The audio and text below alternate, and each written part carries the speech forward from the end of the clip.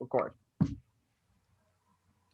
Hello, and welcome to the GTD Podcast. Or welcome back, I should say. We've done a couple of these now.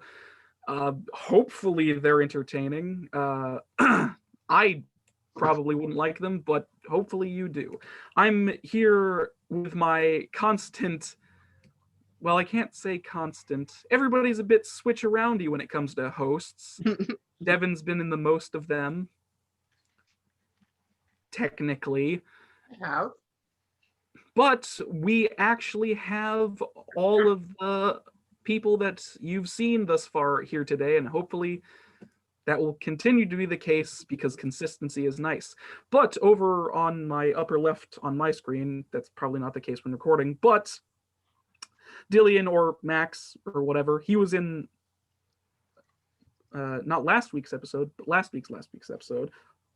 Mind you, last week's episode you're not going to see until today at some point, or today of recording. Anyways,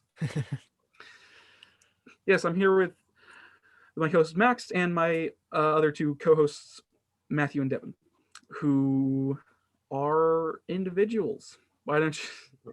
They're individuals, all right. Yes, we are. And nothing more. What was that? Let's hope you have something to talk about today. I do. Yes. That's who I'm with. And we have another friend here, Miss Carter. She's trying to mooch some of my tuna, and so she decided to get into my lap and be happy and friendly. Are you sure that's tuna? Yeah. Whatever. You need to be either closer to the mic or just a little louder. Okay. He's eating mashed up sardines. Yes. With mayonnaise. Yes. Delicious. Well, actually, it's veganese, but whatever. It's the same. Veganese and mayonnaise are the same thing. Yeah, I know. Did you know it's cheaper to make mayonnaise without eggs in it? I mean, I believe that. Yeah, that makes sense. Restaurants that have mayonnaise usually don't, like, restaurants, because it's cheaper, restaurants don't usually use eggs for their mayonnaise because it's cheaper, and because it tastes pretty much the same as egg mayonnaise, they've actually been accused of using eggs in their mayonnaise before because of how similar it tastes. Cool. So there's a fun random factoid for you. If you get mayonnaise at a restaurant somewhere, it's most likely not real mayonnaise. Makes sense. But we occasionally talk about video games. Yeah, sometimes we talk about mayonnaise, sometimes we talk about video games. We mostly just talk about random products. Yeah, that's something. Made by unknown game producing companies such as Nintendo and Blizzard. What? You know, unknown gaming companies. Yeah, Oh yeah, I found this really cool indie game. Unknown, yeah, definitely unknown, definitely. Oh yeah, what's unknown. this unknown indie game? It's I'm pretty sure you guys have never heard of it. It's a cute little game called Among Us. It's really never cool. heard of it. Whoa. Yeah. Is that the Among one Us, with the people? I've never heard of every YouTuber ever playing that. I Is that the one actually with the want to play it. No, That's because Blocks Among and Us is a crafting? well-designed game. Just because it exploded is beside the point. yeah, it's a pretty well designed game. Yeah, Yeah, it's interesting. Space Mafia. What? The Space Mafia?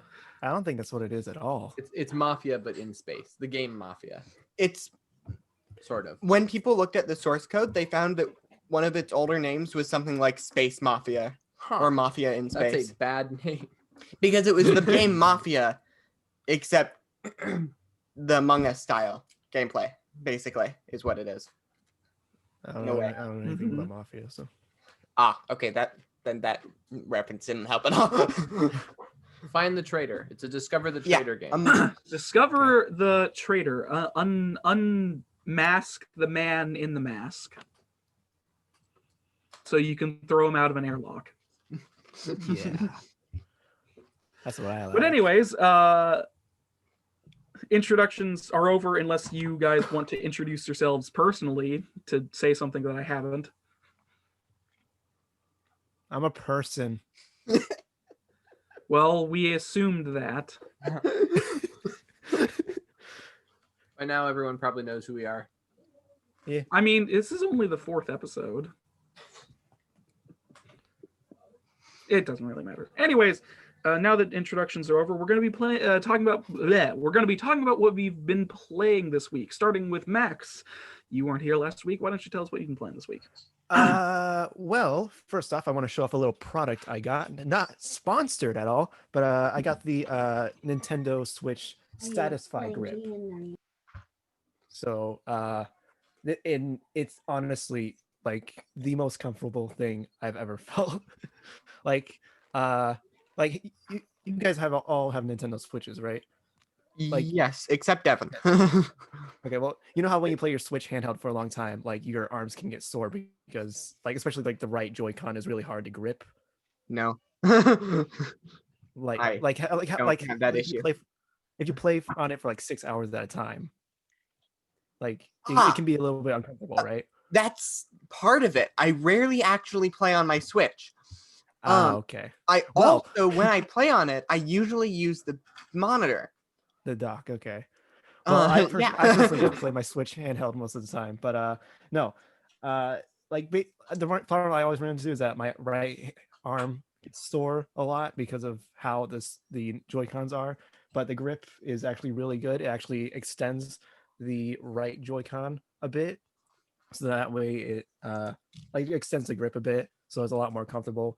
And yeah, I've been using that to play games lately. I've been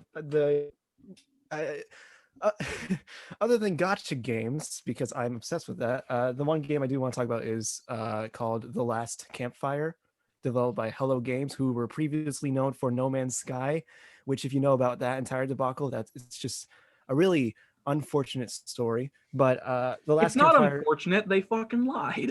No, well, okay, if you actually look at it, there was like a lot of things where like in early development of the game, they had visions and they were saying like, yeah, we want to do these things, but then critics and people who were promoting the game just exaggerated it a lot. Like, of course, like there were still things Hello Games did wrong in its marketing and how they presented the game.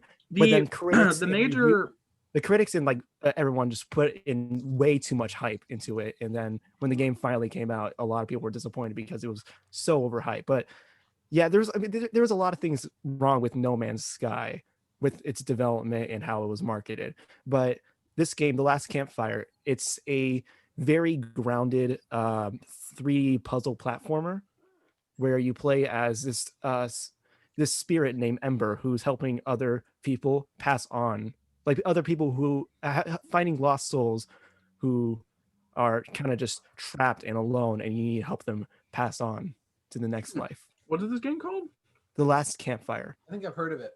Yeah, I'm fairly certain I've heard of it as well. Yeah, the art style is what really drew me in it, because like it's just this like cute little 3D platformer, but it has like the environment has like almost like a cell shaded look to it, while your character is like a well shaded 3D model. But then most of the puzzles is like all through dialogue and stuff like that. So like someone will say like, oh, you need to find this thing, so you need to go look for this thing and stuff like that. The gameplay is very simple. The performance wise, it runs pretty well on Switch. I feel like there's probably a patch that they could do, but like, because there are times when it runs at 60 FPS and it looks really good, but because of how the game is and how like they immediately want you to like go from one environment to the next without really having any loading screens, it does stutter every now and then. So like I bet if you were playing like PS4 on PC, it would work a lot better. But for the Nintendo Switch port, sometimes it looks really great. Sometimes it'll be like, that's a really big frame drop. But so far I'm enjoying it. I've only played a few hours of it, but so far it's a lot of fun. Mm-hmm. Hey, yeah, if really it's only dropping to like 30 frames, I'd probably be fine with that, because I play Minecraft with only 30 frames. I mean, because my computer has. I mean, for me, because I just like enjoy graphics and stuff, like I can handle 30 frames. If a game runs at 60 frames and like consistently, I'm like, yeah, that's a great game. But no, like so far, it seems like a really fun experience. It's really somber and like a lot of there are a couple issues in the design, but like it's a game made by like 3 people, so I'm not expecting like a huge amount of quality. And like for the amount of like polish it has, I am very impressed with how it is so far. Like it could be better, but it is made by a small team, and so because it's just such a small team, I am very impressed with how it is. Nice. Mm-hmm. I haven't seen any footage or anything of the game, but I agree. Oh, sorry. Yes. Small teams have to make smaller games because of the limitations, obviously. Yeah, and No Man's Sky was just too big because it was just like Well, big open world survival game with billions of planets to explore. yeah, I think honestly,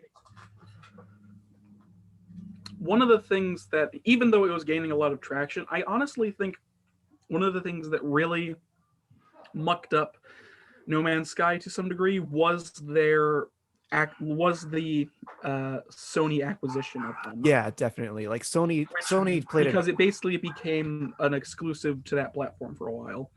Yeah, there's a lot of things that went wrong with the development and the marketing and all that. Like if you read up on it, like it's just a very interesting experience to look at. And, Yeah. And a lot of people point to it for like marketing and say like are teaching people like this is what you should do, this is what you should not do. Basically, like it's like basically kind of like a cautionary tale at this point. And the cautionary tale is, if you don't do what they did, you'll fail. Don't over. That's one way to put it. To be fair, aside from their reputation being tarnished, they probably made out like a bandit, considering how much money they probably earned from that. Yeah, I like honestly, I don't know anything about No Man's Sky, the game itself, so I do kind of want to play it just to see how. No Man's Sky, there was a semi-recent update that added a bunch of other stuff to it. I don't know what that stuff is. I haven't kept attention. Yeah. I haven't paid attention to No Man's Sky in like 5 years. Mm-hmm. It's a fairly old game at this point, actually. But No Man's Sky, I mean, that's what it is. It's a massive universe solar system wide survival game. Mm-hmm. But their big sort of selling point of the game was that everything was going to be sort of like you could go down to any planet and walk around it. But like the random generation of it kind of makes for odd stuff sometimes. Yeah, I can understand that. Like, I think it was, I wish I could remember the name of the game. But like, if they had, I know why they did random generation. It's because it's way easier. Mm-hmm. Spoiler about being a game developer, guys. The reason so many things are randomly generated is because it's really easy. But if they had focused more on like a single solar system and actually given each planet, something worthwhile about it, it would have been a lot better. Yeah, I feel like from what I've heard of No Man's Sky, it seems like Starlink Battle for Atlas, but a lot more problematic and a lot more grinding. Starlink isn't a randomly generated open No, it's not. It's not. Yeah, game. Starlink, I think Starlink is like a game that I think No Man's Sky was trying to be like, but also like go beyond that, where I think they should have made, from what I hear of it, maybe they should have went the Starlink route and like just had its own one solar system that they explore rather than having randomly generated things. Mm-hmm. Yeah. But I do know that they started like a funding program for other people who want to make games with randomly generated environments. So they like started a funding program for that to help smaller developers. Or they could have done this. They could have developed each of the billions of planets individually, one at a time, giving every creature unique design and a language and a culture and history. The best they could have done was make the world. The best they could have done was make it procedurally generated. Yeah, that's it. No, they could have used like a tiered. I don't know how they did the random. Was each planet just like a mishmash of random pieces? Everything myself. One of the things that was sort of a selling point was that everything in the gamescape was going to be randomly generated. Like all of these planets, all of these like weird races would be randomly generated. What I'm curious about is how they decided to do that. So like did they take the basic archetype and be like, well, this solar system or this large area of 100 million planets. The way random generation works, there's different kinds of random generation. They could have, whenever you go to a planet, it rolls a die, and then it rolls 100 dice, and then that's the planet. Or depending on where you go, you'll get different types. So like in this area of the universe, you'll get humanoids. In this area of the universe, you'll get horse. No. You know how Minecraft works. Yeah. You mean with villages that have generation? But thousands of block high houses because they generated bonkers off? Minecraft's not exactly the same with random generation because it's predicted based off of the seed. Or amplified. Well, you can input a specific seed into the world, but that in itself is a randomly generated thing. Like a seed is randomly generated, and that helps put things where it is. Yeah. Which is why it's randomly generated. No Man's Sky is pretty much the same. Everything is randomly generated. There are, I believe, for the creatures at least, there was like a set of things it could take from to make these random creatures. Okay. But in terms of the programming itself, each planet basically would probably work off a seed system. So, every time you go to a planet, it needs to generate itself randomly.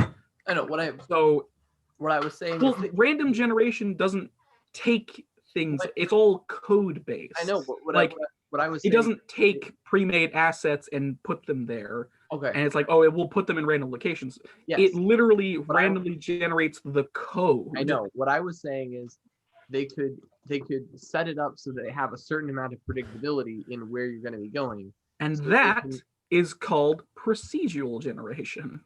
Procedural. No, because there would still be randomness in the details. But for example, they could have a warrior planet or an area with war. They could have archetypes that help them. Never mind. Procedural generation. I'm not saying that correctly. Yeah. I don't know what happened. Procedural. Whatever. That type of generation, procedural generation, is basically it. A lot of roguelites are procedurally generated. Yes. Because they take from like a set of things, like each. Like, let's talk about Enter the Gungeon really quickly. No, that was my thinking. Every room is a made room. So those rooms were made by the developer. And they're made rooms. So the rooms are not randomly generated, but they are. So those are made rooms that are placed randomly next to each other. So you can always get something. My thinking was you can always get a completable floor, unlike randomly generated stuff, where sometimes the random generation might put you in a room with no exits. Yeah, like in Minecraft, where they can have a dungeon in the middle of the end portal. Yeah. I'm sure that's happened to some speedrunner at some point. They just went. I understand what you're saying, Devin. Like,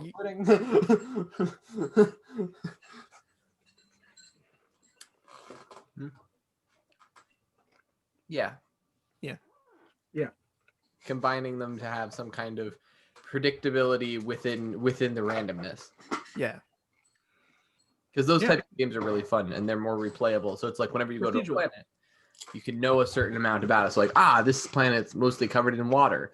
That means it's one of this type of randomness. Yeah, I mean, I bet No Man's Sky does have something like that, but I just don't know. I'm not Okay. like I said, I haven't played the game myself. I just know more about its development than anything else. Okay, I don't have I mean- whatever it is you play it on, so I can't play it. It's available on Xbox, PlayStation 4, and PC. Uh-oh. Uh-huh. We're lagged again.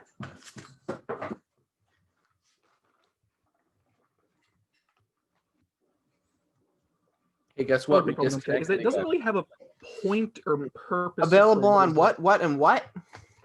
What? We It's just on got lagged PS4, out. Xbox One. It's on PS4, Xbox One, and PC. To Yeah. my knowledge.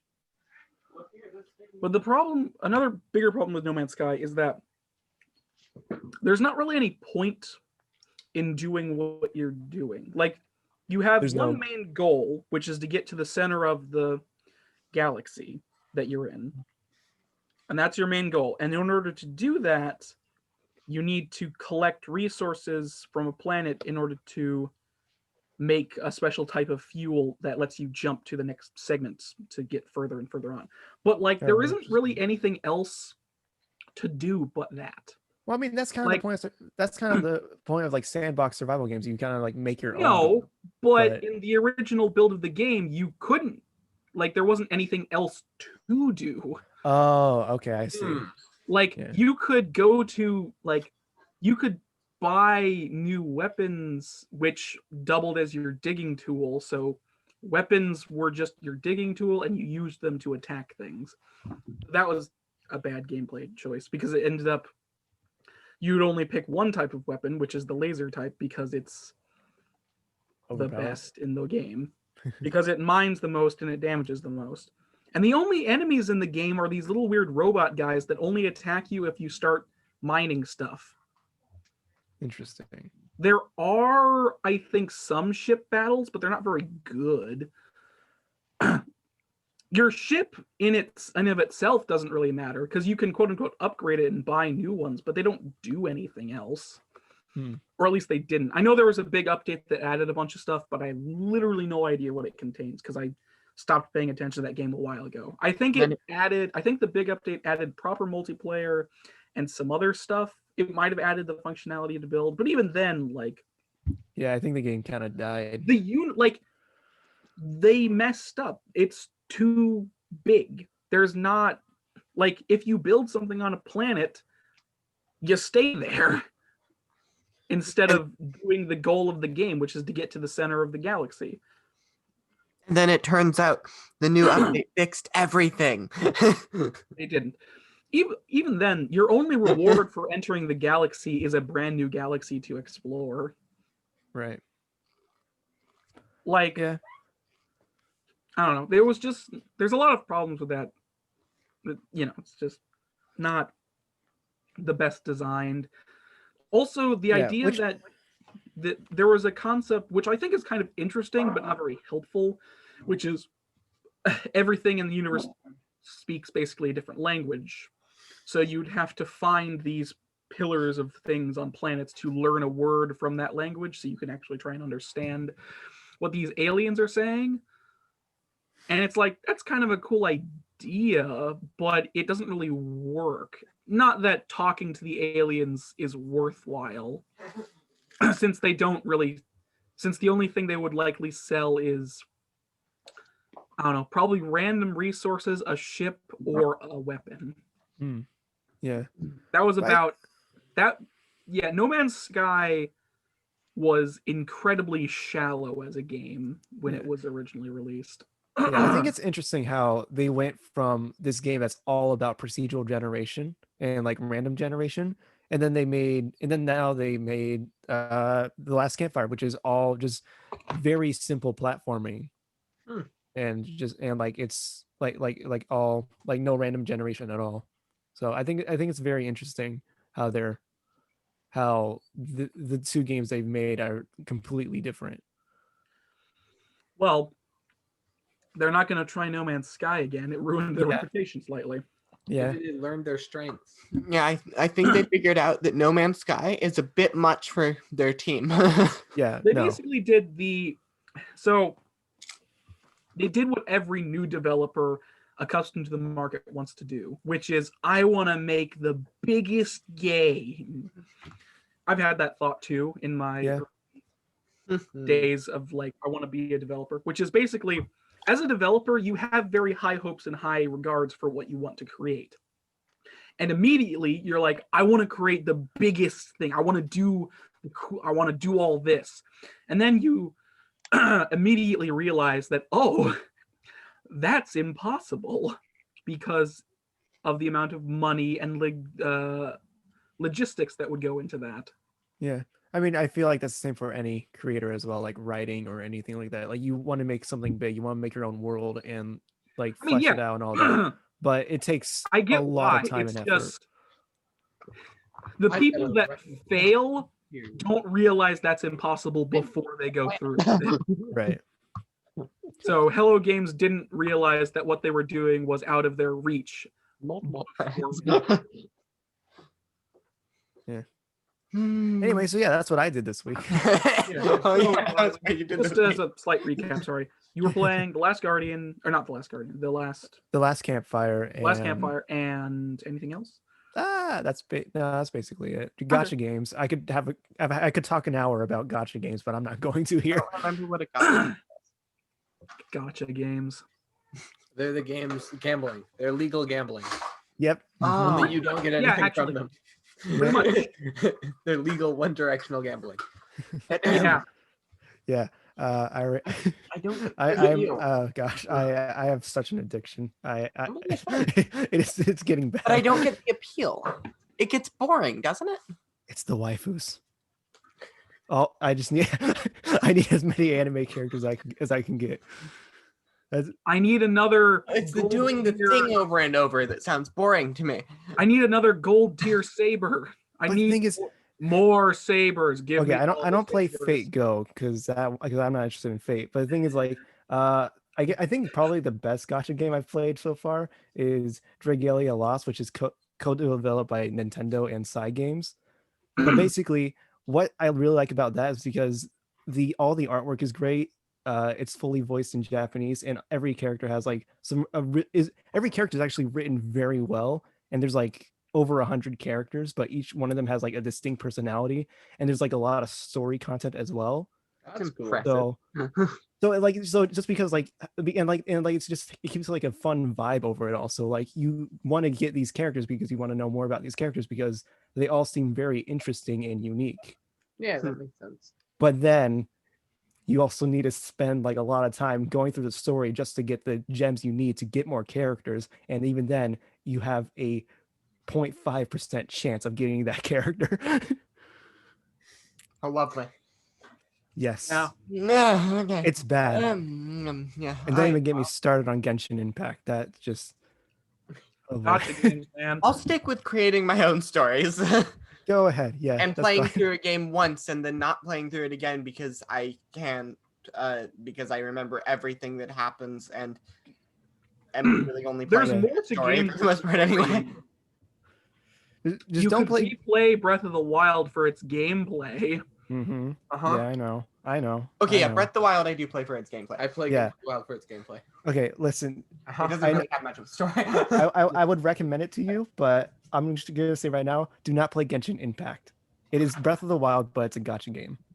I've heard of it, actually. It's really good. Don't play it, because please, I beg you, don't. I have no play it. intent on playing it. Can you play it on PC?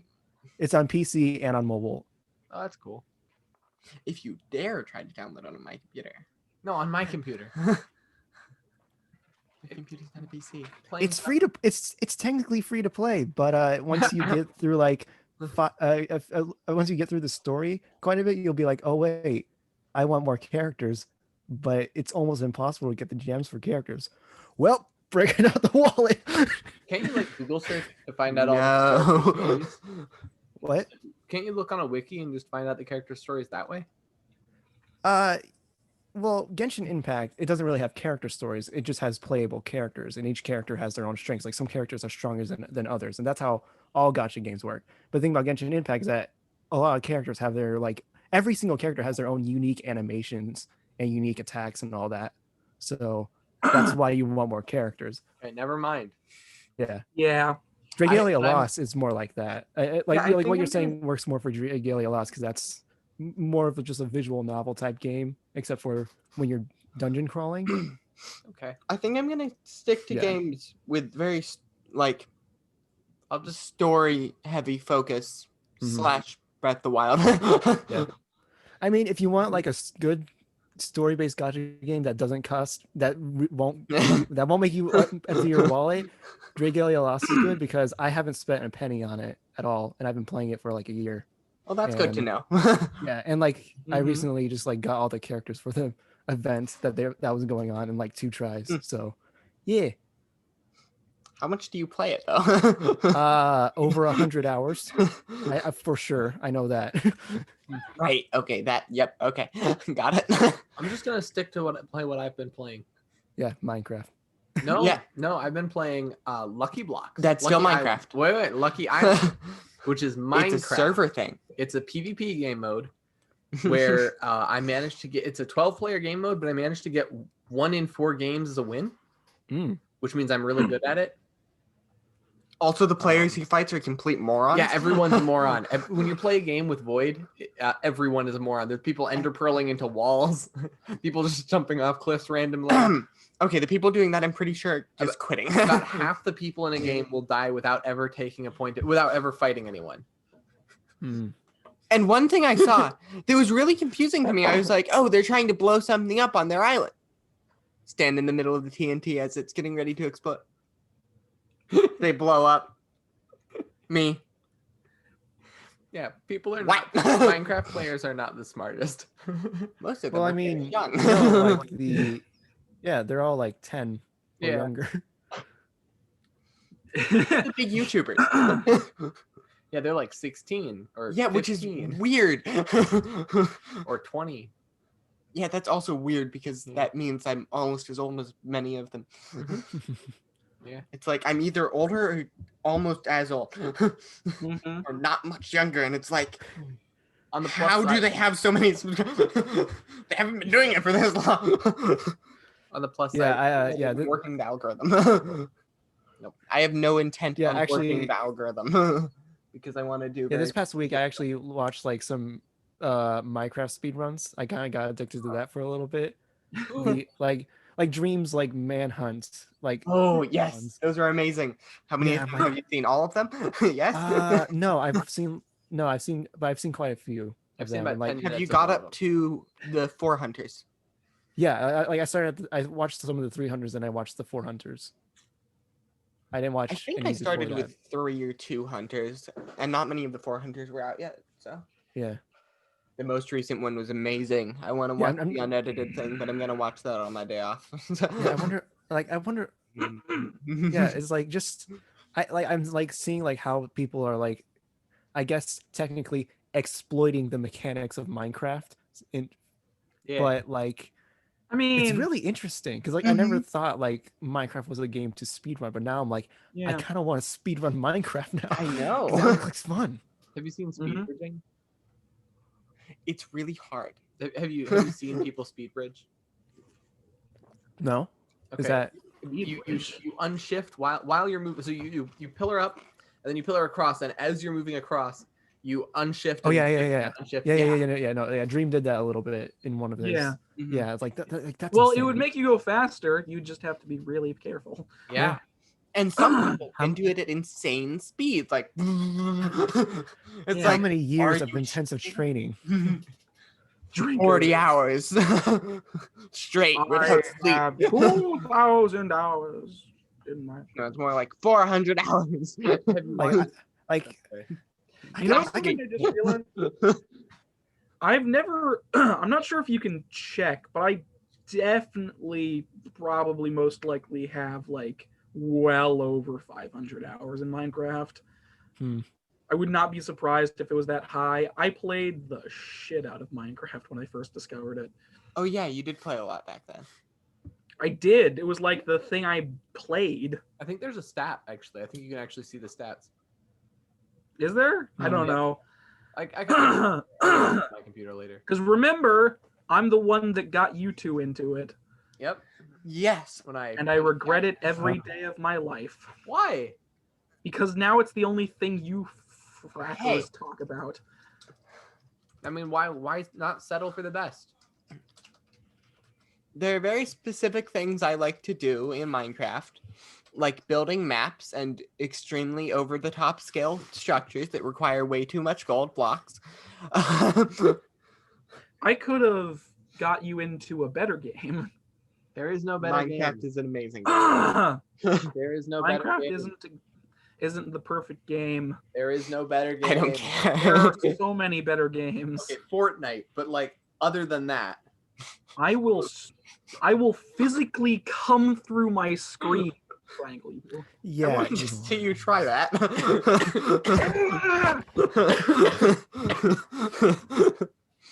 Oh look, you just broke your camera. I didn't break anything. I know. If I wanted to break it, I'd do that. Wait, Devin, do you think Fortnite is actually good? no. Oh, I think He's never played it. I think Fortnite is a very successful game because I think they did a very good job and they made a very big influence. But as in terms of like actually, if I think TikTok, if I think Fortnite is a good game, You're very successful at talking. well, I mean, I was gonna say Fortnite is similar to TikTok in the way that it's not necessarily the healthiest thing, But But the it's kid- popular but it's and popular. successful. Much like how TikTok is the kids' social media site. And they're both owned by Chinese companies. Yeah. Fortnite is owned by a Chinese company. Yeah, Epic Games is owned by a Chinese company. I'm not Oh. surprised.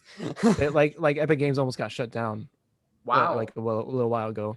Yeah. I'm just, Wow. yes.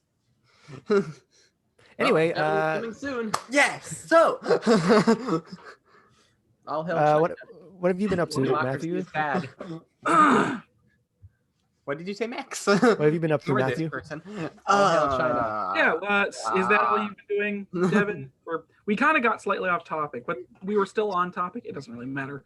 Is that all you've been doing this week? Playing Minecraft? Communism is good. What? Communism is good. It's an effective system. It really isn't. Yeah, Devin, shut up. I'm sorry. People can No people comments. can shit on. Here's the thing. I am going to get so much hate for this. People can shit on Minecraft all they want, and honestly, I agree with most of what people say about it. But no other system is better. Then what? Communism doesn't work. Listen, It guys, just doesn't. I think this is a conversation for another podcast. So, Okay. anyway, trailing off No, that, this is a gaming that's podcast, politics. not anything about political parties or things like that. Let's go on. Communism isn't a political party. It's an ideology. Okay, or ideologies that are definitely based around government. Okay, and moving on. Okay. Yeah, no one cares.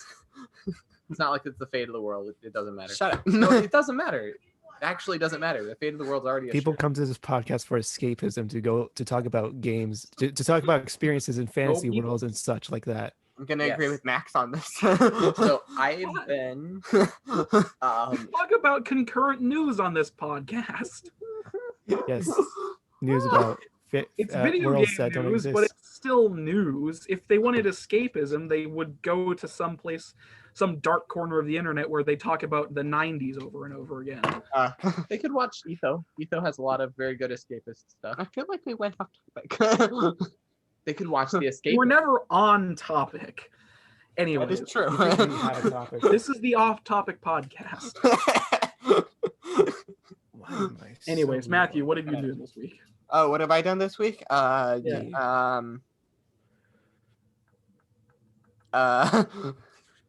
Say it. All right, I'll go. Mostly think about certain things that will happen on Tuesday at a specific time in the evening Yeah. I get it. and setting up for that because of course I need to set up something for us to enter the location because that's completely necessary and I need to be cryptic like this because reason. Yeah, he's a little bit crazy. What? Yeah, I made a Me- offhand suggestion, and he was like, "Oh Yeah, yeah, that's a good don't- idea. I'll spend don't 30 get- hours doing that offhand suggestion." Actually, no, it was like 4 hours at most. 400 hours. 4 4 hours. million hours. I didn't spend more than a day. That took a surprisingly little amount of time. You guys will see it on Tuesday, and I'm not actually finished. Hmm. I still have foliage and road and a ceiling to put in. Hmm. It's way overkill. Uh-huh. You want overkill? I You didn't know want you were a carpenter. overkill, do you? Just invite haven't- me. Yeah, I'll you have a haven't city seen me built build a with its Minecraft own map yet. political structure by the end of the day. What did you say? I'll said invite me onto the server. I'll have a city built with its own political structure by the end of the day. In Minecraft, You're on the single player? server. Oh, you would. You just You haven't would. built a I political would. structure, That's or because I'm insane. you haven't even built that courtroom. Actually, quick side note: how good are you guys at doing something for long stretches of time? Like Pretty doing good. a single thing for long stretches of time, for like a marathon type thing. What do you mean? by It that? depends on what it is Yeah, it depends. and If what it's mood mining I'm for in. netherite, I'm really good at it. If I'm really stressed, I can play Minecraft for like 20 hours in a row if I really wanted to. But I Like, yeah, have if I'm really stressed and it's something to just like detox, like binging a show or something like that, or playing a game for a long time, then yeah, I can do that. It also depends, but it also depends on the experience itself. Like, Mhm. good example would be Last of Us Part 2. When I first got that, I played it nonstop for a week. Like, I almost didn't sleep at all because I was just really invested into the story and all that. Mm. So it really That- just depends on the experience. That sounds when you're on unhealthy. It was unhealthy, and it's also a very traumatizing game to play. So And maybe you should sleep. Traumatizing. I sleep now. Of course I do. I know. Believe But, me. like when you were playing it. Ignore the caffeine.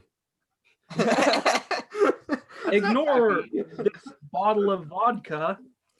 It's water. It's vodka, definitely. No, Vodka. it's not. How do you know it's water? How would you know? I don't know. I'm assuming Hey, so Aaron anyway- doesn't drink vodka. You don't know that. I could be a closet alcoholic and you'd never know. I think it's a little bit expensive, Aaron. Vodka, alcohol isn't expensive. You can get $2 wine. It's not good. You can. I mean, I can't because I'm not 21. Also, you don't drink alcohol I mean, strictly. that too. Anything. Throw it as Molotov cocktails, though. That's fun. No, you Never mind. I want. I was to. gonna. That's fun. I was That gonna sounds say dangerous. Go out into like a parking lot somewhere and just throw it to see That what it looks still like. sounds dangerous. I know, but I was gonna Just say make sure you anything throw it in a legal dry inside field. the house, but I realized that statement sounds very wrong. What was that, Aaron? I said I was going Yeah. to say anything legal inside the house in reference to like, oh, you can have like not a parental. You can have somebody buy alcohol for you, and as long as you're in a house, it's fine. 'cause yeah. it's not you know. But that sounds That still sounds really like bad. the Yeah. term anything's legal inside the house just sounds wrong. Here, come into my It- house. it- Murders him. It was in my house. It was legal. Yeah, It was in my house. You can't prove anything. Ignore the fact that I said that. It just delete that memory from your brains forever. Or It's not a good. I thing. drove through a red light, but my car is my house, so I didn't. It's legal. What if the world is I'm your homeless. I can do anything. The whole world is my house? home. What if the world The is your whole house? this world is my oyster. The world is my Okay, cloister. that sounds like a problem. No, sir, you still get put in jail if you break a clause, even if you call the your house. That, What? I What are you thought talking on the about? podcast. I didn't do nothing illegal. that's not how it works. said it. Yeah. Norex said it in a podcast. It must be true. And they called me by my crappy handle. Of course they did. Norex. Whatever. It's pretty memorable. That's like the Anyway. fourth It is. time I've mentioned that my handle is crappy. I've done it like at the beginning of every podcast. Oh yeah. All right. you- Anyway, going Yeah. Yeah, where were we? I don't Devin talked about his stuff. Matthew, what have have you you been doing? playing this week? Um. Playing. Yeah. Playing, not setting up for. If setting up for things doesn't count as playing, then nothing. All right. You All right. I know what you've been doing. All right, so you've been setting up for the thing we're doing, and that's it. Yeah. All right. I've been doing completely necessary. Was there anything stuff. else, Devin, or was that it? Nope. Okay. I mean, lucky. We'll move on to what I've been doing this week then. So this week, I believe I've been continuing my playthrough of Demon Souls. From last week. The original or the remake? What? No, The original? The original. Oh, I okay. don't have access to the remake right now. Okay, neither do I, unfortunately. Yeah, I've been continuing my playthrough of Demon Souls, and honestly, I really like Demon Souls. I like I did like Demon Souls, but I never completed the game. I never did a full playthrough, so I wanted to go back and play through it. And honestly, I really like Demon Souls is really interesting in terms of its design. Like, it's so much more, it's so much different than Dark Souls because it has its own unique atmosphere compared to Dark Souls. But I love how one of the things about the game is that pretty much all of the bosses are not straightforward to fight. In terms of pretty much all the bosses have some kind of, I'm not going to say, not gimmick, but like one of the, what am I trying to say? Basically, they're not straightforward to fight. They have like some kind of mechanic that you have to deal with because of the arena. Like one of the bosses is like, let me think. So there's the armor spider. This armor spider? Yeah. So there's the armor spider who is a big spider at the end of like a large corridor. And he fires projectiles at you. So you have to get to the end of the corridor to start attacking him. But he also makes you run back down the corridor. So you have to do this repeated times.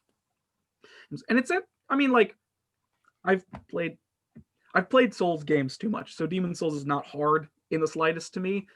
But it is still difficult to do, especially for a new player. But I just love the design choices in that game because let me think. Let's see. The first boss of the game, called the Phalanx, is this large collection of like little slime things with shields on them, and I love like the big one you have to get moves much faster than all of her minions. So you have to individually and they're all protecting her. So you have to take off the little guys before you can actually start hurting the bigger one. And they're all really weak to fire, which is something you'd actually think about and know of because early in the level, there are instances of fire barrels and you get some fire bombs and turpentine, which is the thing you cover your sword in to make it on fire throughout the level. So the game is basically outright telling you that you should use this against whatever's coming up because it's giving you instances of like, oh, I'm getting this, maybe I should use it on the boss kind of thing. And I love that design work so much. I love that. And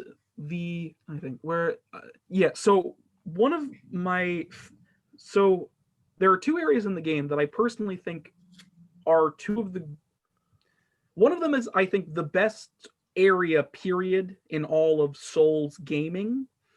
All of the Souls games, the Ivory Tower, the Tower of Latry, is the best period area in all of Souls games. In all of the Souls games. I genuinely believe that because it is so horrifying. It's like playing through some kind of horrifying horror game most of the time because you're in a big prison tower.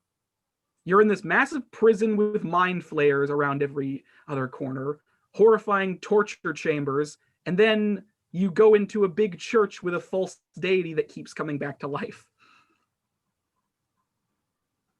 So the boss of that area, as I mentioned, is this godlike figure called the Fool's Idol. And every time you kill her, she comes back to life. So there isn't necessarily a way to get past her until you realize is that there's a guy up above on the rafters making sure she keeps coming back. So you have to go and kill him so you can kill the Fool's Idol. And you get hints to this as well. So it's not like overly out of the way to figure out. And in the other area I really like, it is the what is it? The Temple of Storms, I think it's called, or the Storm Temple. It's this, you start on this huge mountain in like the middle of the ocean, it looks like. And you slowly work your way down the mountain. And there are these massive stingray things flying around the place, shooting bolts of crystal, I think, at you. And they're really cool looking. And that area is filled with like skeletons that are really weak to blunt attacks, so you can just hit them with your fist and you'll do more damage than like a sword, because they're very weak to blunt attacks. And the main thing I wanted to get out of this is that I love the boss of the second main boss of the area, who is this he's called an old hero, but he's blind. It's a blind boss. So, and like, you can very easily notice that it's a blind boss too, because as long as you're like somewhat careful, it's like, oh, wait a second, he doesn't know where I am. It's interesting. So he's a blind boss that if you make too much noise, he'll try and come after you. But otherwise, he just wanders the boss room trying to find you. I really, really like that. I just love the fact that not every boss in that game is straightforward on how you fight it. Like in the Tower of Latria, there's the second boss is called a man-eater, and like partway through a second one shows up and you're like, oh god, I have to deal with two of these now. Ooh. And they're not overly hard, but like two of them show up and they look horrifying because they're essentially mutated mutant demon human things. They look horrifying. Fun. Wait, what system was Demon Souls made for originally? Was that the PS3? And it was made for PlayStation 3. Okay. Yeah, the one of the original, and it was released by Atlas in 2009. That game is over 10 years old. Wow. Atlas published it. Yeah, it was published by Atlas. It wasn't a very huge success when it first came out. Yeah, I know that. It became more of like a cult classic. Yeah, by the time Dark Souls started running around, by the time Dark Souls sort of started its development, Demon Souls started getting really popular. So suddenly, Miyazaki and FromSoft get this huge boost of like, oh, people want more of this. So they got a higher budget for Dark Souls. And I love the weird music in Demon Souls as well. You guys have anything to comment on? Or I was just gonna say, I recently learned about like some of FromSoft's earlier games, like Echo Knight. Yeah. Like it's really interesting seeing like how the developers have changed over the years. Yeah, they have other. I think it's called Armor Core. I think they have a series called Armor Core as well. Yeah, I think so. Yeah. Yeah, which is like this mecha game in series. But anyways, yeah. And they have a lot of references, like Patches. Patches is in like a bunch of their stuff as well. A character called Patches is in a bunch of their games. But I just really like. I just like the design a lot because everything is so like, not to riff on Dark Souls. Like I still really like Dark Souls a lot, but nothing in Dark Souls was like Demon Souls, boss-wise. Like all of the bosses, like I really like all the bosses in Dark Souls, but they're all straightforward, basically. All the bosses in Dark Souls are straightforward. And I mean that in terms of your strategy, which is roll away from, roll into attacks to dodge damage, lock on if they're a big one, and like basically roll and hit the guy. Like that's the main strategy for every. Oh, Max is gone. What happened?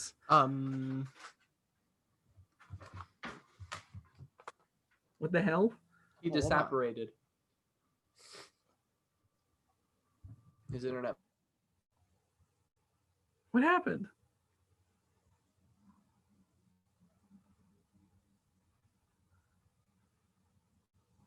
His internet must have cut out. Well, that's unfortunate. Yeah, I'll continue on anyways. Like the basic strategy for dealing with bosses in Dark Souls is roll away from attacks and hit the creature. Like that's basically it. There isn't too much quote unquote strategy in how you defeat bosses in Dark Souls. But they're still nice, they're still fun and unique bosses that take, some skill to beat. But I just love how in Demon Souls, also the music in Demon Souls, a lot of it is really reserved and like downplayed via Dark Souls, where a lot of bosses have like choirs in the background, like like these big bombastic tracks, and a lot of Demon Souls stuff doesn't have that. Like the Fool's Idol has like a slow melodic piano that's just supposed to make you like you enter the boss room and it's like a slow melodic piano with like long long riffs on like a violin in the background.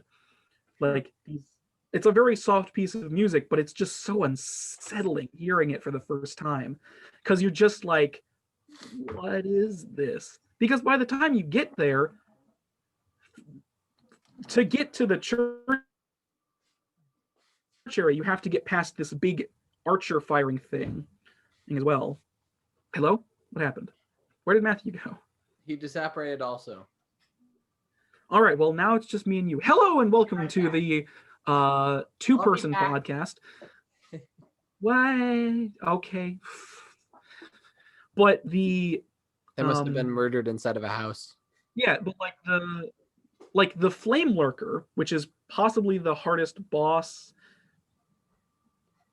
Yeah, honestly, I'll say it's probably the hardest boss in, at least as far as all of the Dark Souls I've played. It's definitely the hardest boss. Like, and part of that is to do with the slightly wonky controls of Demon Souls. Like, it's dated. It's definitely aged kind of poorly. Like, it's still fine to play and fun, but it's just kind of wonky. Like, the lock-on system is a little unreliable, and rolling is kind of weird. So, it's not like the most accurate system. Like sometimes you'll try and lock onto an enemy that's right in front of you, and you'll lock onto an enemy that's like not even you're trying to lock onto. So it's just kind of wonky sometimes, which isn't, it doesn't make it unplayable. It's just like, I died and that was bullshit. But the Flame Lurkers, the song that plays in the back of the Flame Lurker is very slow and like, it's still big. It's still like big, but it's not. It's very like slow and low tone. So it's this like semi-depressing, just like you're gonna die.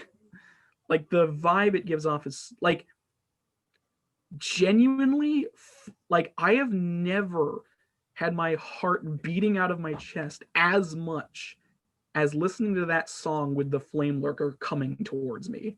Like after I beat that boss, my heart was literally, I was like, what is happening? I got so stressed. Like that song is literally stress inducing. Because the other thing, the Flame Lurker isn't like too hard, but he gets so aggressive the further his health bar gets down. Like he gets super aggressive. And every one of his attacks is essentially an explosion. So it's very scary to have him fight you. Wow. Yeah. So by aggressive, do you mean he starts moving faster, or he starts making attacks? He always moves the same speed, but he starts like bosses have kind of a pattern to what they'll do in all of the Souls games. They kind of have a pattern of like what they'll do, and a lot of their attacks are very like a lot of the bigger enemies, their attacks are very, what's the term? You know they're coming. Why can't I remember that word? Predictable. Not predictable. Broadcast. I can't think of the word either. Oh no. Projected. No. Oh my god. Their attacks are very The worst thing ever. My brain. But yeah, like basically the Flame Lurker's attacks, like all of his bigger attacks and the ones he does the most often are like he throws out his hand and an explosion happens in front of him, or he slams down his hand and an explosion happens around him. Like he basically throws explosions at you essentially, but they don't go a large distance. They're just like in front of him, around him, kind of near him kind of thing. And he'll also like jump towards you, but he doesn't start doing that until like his attack pattern is also probably the most unpredictable of any of them, because there's not really any consistency to what attacks he'll do in what order, which also makes it really hard. The other problem is that some of his attacks look similar to other attacks, so you're always trying to wait. It's like, I'll wait until I need to roll and then I'll get my chance to hit him. But they all of his attacks look a little similar, so it's hard to distinguish sometimes. But you were asking, like, how does he get more aggressive? Basically, he starts throwing out more explosions at you. And I think the radius even gets a little bigger. So he starts doing his explosion attacks more often, so you don't get as many chances to run away from him to get a distance. He also starts running towards you more, and he starts doing these big long jumps that basically vault him across the boss room. So it gets really suspenseful near the end of his health bar when you're just like, I only have to hit him 4 more times, but those 4 times are so like, I only have to hit him 4 more times. I just have to hit him 4 more times. There's just, and then you wait like 5 minutes before you get a chance to attack him the 1 out of 4 times. Oh wow. Hello? What happened? Hi. Hi. Hey. I ran out of data on my hotspot, so I had to pay my phone bill real quick. Hopefully it works well. Give me just 1 more minute. You guys keep talking, okay? Just pretend Yeah, I'm I here, replied to your okay? text. Yeah, sorry you missed out on what I'm talking about. But yeah, Uh-huh. but the Flame Lurker is so freaking stress-inducing to fight, man. Like, and also the other thing about Demon Souls is that it's very, like, you only get a checkpoint when you beat a boss. Unlike Dark Souls, where there are bonfires pretty much everywhere, the only way you get a checkpoint is by beating a boss. So you do get shortcuts to bosses sometimes, but there are occasions where the run up to bosses is like, okay, I guess I just have to go through this entire area again, you know? So it's like, it would be like if that bonfire between Firelink Shrine and the Taurus Demon didn't exist. You know the bonfire I'm talking about, right? Yeah. That's not too hard. No, it isn't, because the areas are not that big. It's more. so stress inducing because like I have a long run up to go back here. This boss is really stress inducing and aggressive and hard to fight, and it's just it just piles on you, man. Like, Yeah. I can't, like, and I already said this, but I love this music in that game. Like, it's so different compared to all of the other Souls games. Like, I get that, like, people sort of say it's like, oh, if they had a bigger budget, they'd probably change it to be more similar to, like, because in the remake of Demon Souls, they rearranged the soundtrack, all the songs. Most of them, I mean, they all sound good in their own right, but they don't sound very, like, none of the new tracks in the Demon Souls remake really evoke Demon Souls to me. You know?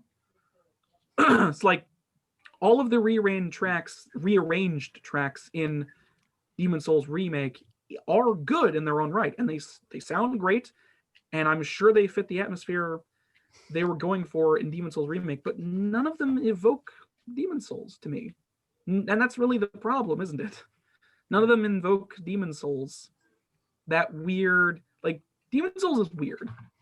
Like, it's just, objectively speaking, weird. The atmosphere in that game is very strange sometimes. And it's pretty much meant to be strange, because it's a more straightforward, like, it has a more straightforward story than Dark Souls. It has a more straightforward story. There's not as much lore in Demon Souls. And what's the term? And it's a more standard, it's kind of more standard fantasy, I'd say, because they're like skeletons. Oh, well, there's mind flayers in that game, which is just perfect. Like, they pretty much are just mind flayers, by the way. It's like, that's basically what they are. Wow. They're big squid-headed octopus guys that shoot magic at you. But yeah, I just realized I've been going off on a tangent about Demon Souls. I didn't mean to. I meant to keep it short. Anyways, the main thing I wanted to talk about with Demon Souls is just the design. And I like how well designed that game is. I like how there are a lot of things there are items you pick up that basically tell you, it's like, oh, I should use this for the things coming up because I got it in this level. I got it in this, like, there's a thief's ring in the level that makes it harder for enemies to detect where you are. And there's a bunch of flying manta rays that shoot stuff at you. It's like, oh, I should use this to make sure the manta rays don't see me as much. And then the blind boss, it's like, oh, the thief's ring will make it so he can't detect me as well. It's like, I don't know. It's just, I just like the design in that game. Anyways, I'll stop it there because I realize I've been going for probably like 20 minutes. It's fine. No, it's fine. The other thing, 100% of it. So you will hear. Yes, I was. When he watches it, when you watch it, you'll hear it. Anyway, but I've been playing another game this week that I was. I like the Souls games too much. Anyways, so yes, the other game I've been playing this week. Hello, you're back. Are you? Yes. I'm good. I was. What are you talking about? I was here the entire time. What are you talking about? Yeah, I know, right? Yourself. Everything's great. I paid my phone bill. Everything's good. Yeah, you'll just be replaced by a mongoose again. Will he though? No, just no. a static image of him. No, he won't. I couldn't draw a mongoose, by the way, so I drew like a mongoose. You could have just grabbed a picture of a mongoose. Yeah, I could have just grabbed it. Shut up. That's what I told you to do. Yeah. Wait, did you draw a mongoose of me last time I was on? Like a little elf man. Oh. It doesn't look like a mongoose. I'm not sure exactly what I was thinking. Yes, when I Max. did it. You are a little elf man. Yes. You actually work in Santa's workshop in reality. He does? Yeah. Otherwise, he wouldn't be a little elf. My voice. I mean, where do you think I get the money for all my anime stuff that I probably spend way too much money on? You get the money from Mr. Claus himself. things that you should probably spend the money on instead. That is true. Anyway, Max, deal drugs to all the depressed elves who have to live in the workshop forever. what? Unlike the other elves, you get time to play video games, but they have to Think work about all that. the time. So they have to have like dope and stuff to make themselves be able to work 20. No, the elves. Yes, only work I am the 1 month. elf. I get to do Perks. things that normal elves don't. I get perks. Yes, communism. No, those Sometimes- elves I don't know. definitely I work. No, Those no. elves have to I don't work know what for I'm talking like about. 1 month. Santa is a fascist regime. Let's be honest. Let's be perfectly honest. Santa is a fascist. Yeah, they're all super loyal. They are. They are. Except in movies. They would die for their Führer. Okay, Santa- Führer is Okay. not, there's a Santa's difference between Führer. Führer and Okay. Funktionär. Okay. What? Führers are a part of something that they're not even connected to any of it. Führer is like just an old German term. Yeah. I know. German term for Okay. leader. I don't know. I if know it's that. thing. Fascism is Italian. It's mostly known because of Germany. Fascism? Well, not mostly known, but they're probably one of the more famous examples of fascism. Fascism? What? Never mind. Yeah, we'll not talk. It's not the same. Never mind. So yes, moving on. After all, like I said prior, we are a gaming podcast. Yes, we are. We A indeed gaming podcast, and we We're not haven't even talking mentioned about any. concurrent politics. We're talking about. We are talking about overall gaming in this podcast. Talk about it later. All right. So, More that's- gaming stuff is gaming. Shut up. Very nice hat. I just wanna play video games. Anyways, yes, there was a second game I've been playing this week Mm. that I would have got to sooner if I hadn't gone on a tangent like I normally do. The second game I've been playing this week is Murder by Numbers, which is a really it's a murder detective game where you solve puzzles by playing Sudoku. So in order to Oh. I'm bad at explaining things apparently. So Murdered by Numbers is a investigative murder mystery solving game. Mm. It has like an anime opening when you start up the game, and it's like, I wasn't expecting this, but I'm happy there was one because it's amazing. All the character designs are great. They're just ridiculous. I need to look at this. What is this? It's Murder or Murdered by Numbers. Oh, It is I haven't gotten very far, so I can't really tell you much about the plot. But so you play as Honor Mizrahi, I think it was Mizrahi. Her name. You play as a character called Honor. I swear that's how. I'm almost certain it's Honor, unless I'm misreading it, because I'm pretty sure that's how you spell Honor. yeah, it's Honor. Yeah, that's Honor. Oh my Honor god. I see right here. Who plays What's the character's full name? Oates the detective in a TV show, a detective TV show with her co-star Becky Call. Plays Miss Terry, another detective. They're co-stars. They're co-stars on a. Yeah, they're co-stars on a mystery-solving television show. And at the start of the game, Honor is fired. At the start of the game, Honor is fired by their her friend / what's the term? Showrunner Blake, because of reasons he cannot tell her. He can't tell her why she's being fired. So she gets fired. She leaves. A mysterious floaty robot screen guy shows up and is like, I need your help to find something, but I don't know what it is because he's lost his memory. All his memory banks are damaged. And then Honor is looking for keys, so she goes back inside and Blake has been murdered. And Honor is the prime suspect because of what happened earlier.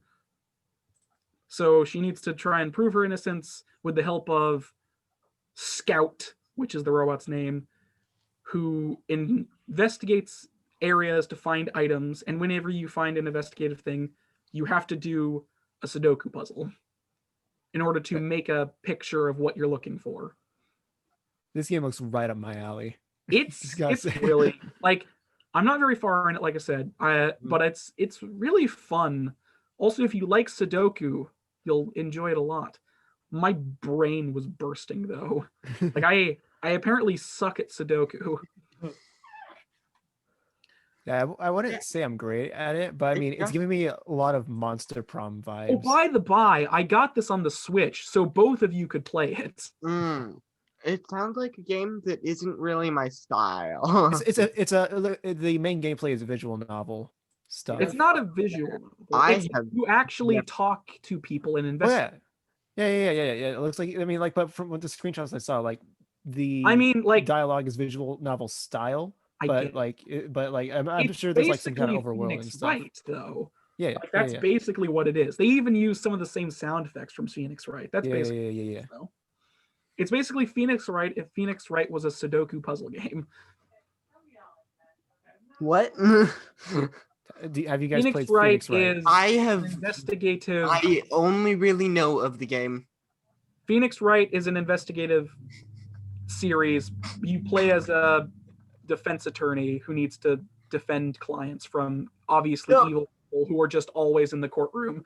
But Phoenix Wright is also it is technically a visual novel, but it has point and click elements where like you have to like search crime scenes and stuff like that. It is really good. Has really good characters. I've only played the first game, but I have it. I have the entire trilogy. I have a recommendation for you. Don't play either of the investigation games.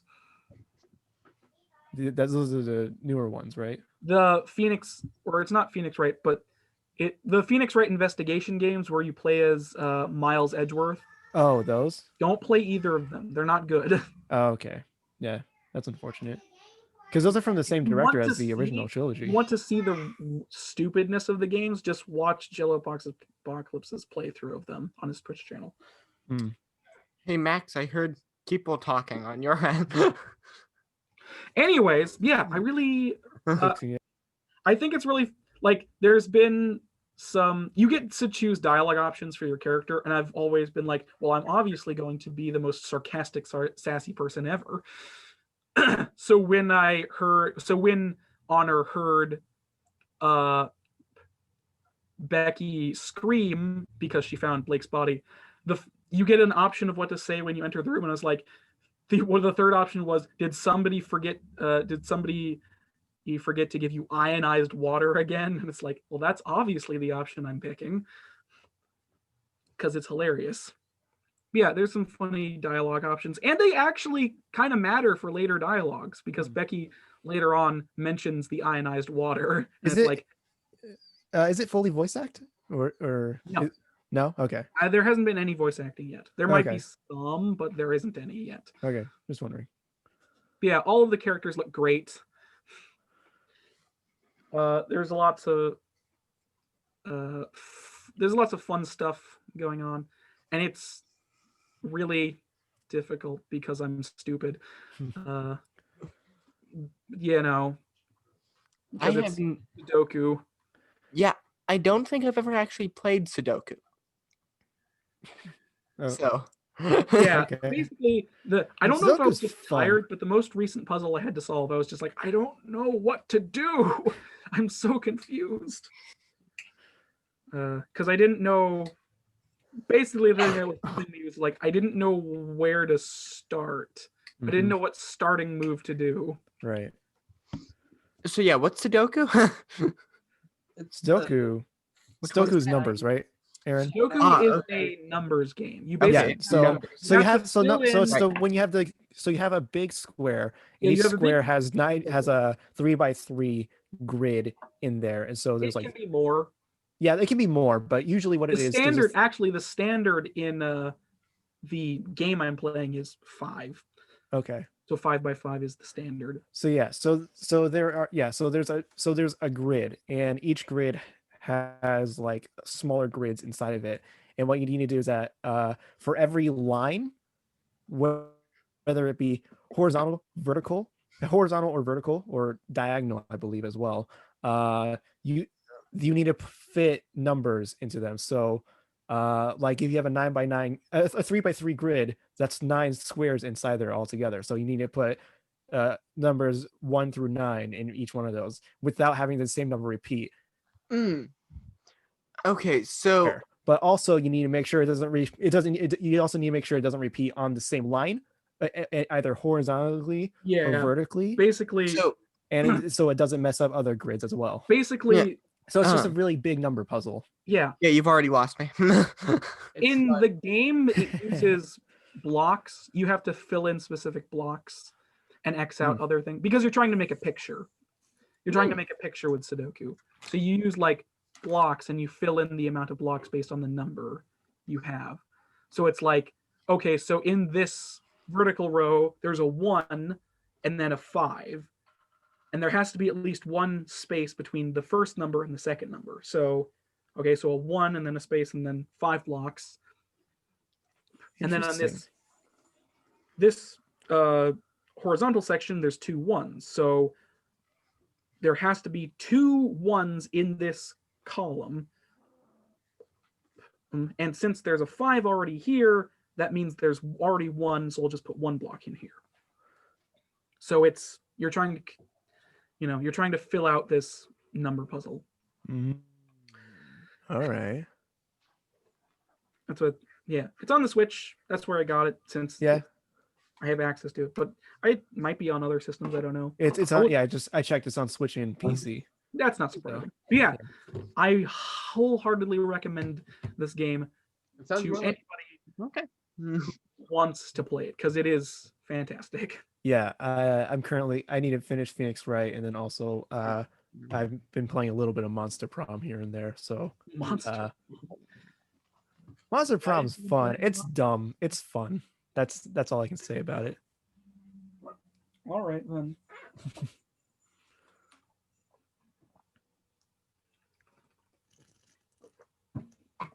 All right. Now, that's all I've been playing this week. All right. Moving on, we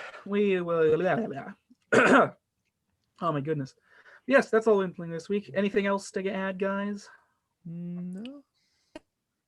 Games. Wait. The Lucky Block game is currently the reason that I'm playing it is because I got banned from Hypixel. How? You want to guess? Stupidity. So 2 years ago, I lost the password to my Minecraft account, and then I changed it. And then I tried to log into Hypixel, and they said, "No, you're banned." And I didn't read why I was banned. And then a couple days ago, I was like, "I wonder why I'm banned from Hypixel." So I checked, and it's because of a security thing, because I changed my password. Mm-hmm. I got banned for like almost no reason. Until the 30th of this month. Yeah. I see. So I'm a super big fan of Technoblade now, and I can't play on Technoblade's big server, and I can't play Skyblock, and I can't play Bed Wars. So I'll practice on Lucky Island. I'll practice for Skywars. That's why not play Skywars? Because Skywars is harder to play. I understand everything in this conversation. Okay. Yeah, play Skywars. My main point is what? Okay. Get on the CubeCraft server with us. I'm getting so good at Minecraft PvP that I can take out enemies who have 3 or 4 tiers better gear than me without losing a single hit point. It's really cool. I'm getting really good at dodging. I'm good at running away. Impressive. Yeah. It's fun. All right. Yeah. Okay. Play on the CubeCraft with us. So that's what we've been playing this week. We'll swiftly move on to trailer roundup. We've only got one trailer today, but it's, anyways. We only got one trailer today, which is the launch trailer for Immortal Fenyx Rising. This is the Nintendo version. Oh. I'm actually looking forward to this game. Yeah. Well, here it is.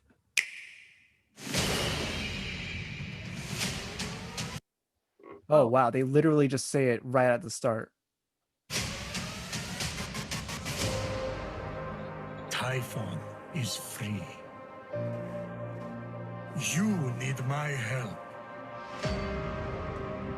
Let the tale of Fenyx be my redemption. Oh, no, not another of your boring stories. How long is this going to take? We don't have much time. He will be here soon.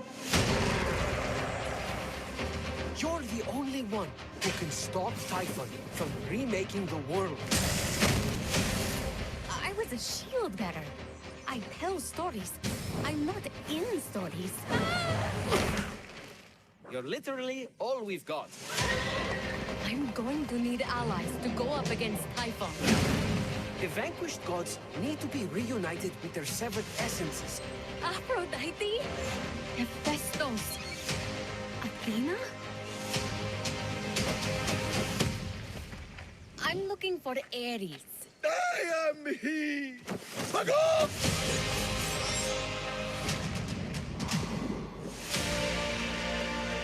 That prophecy is yours. What do you want?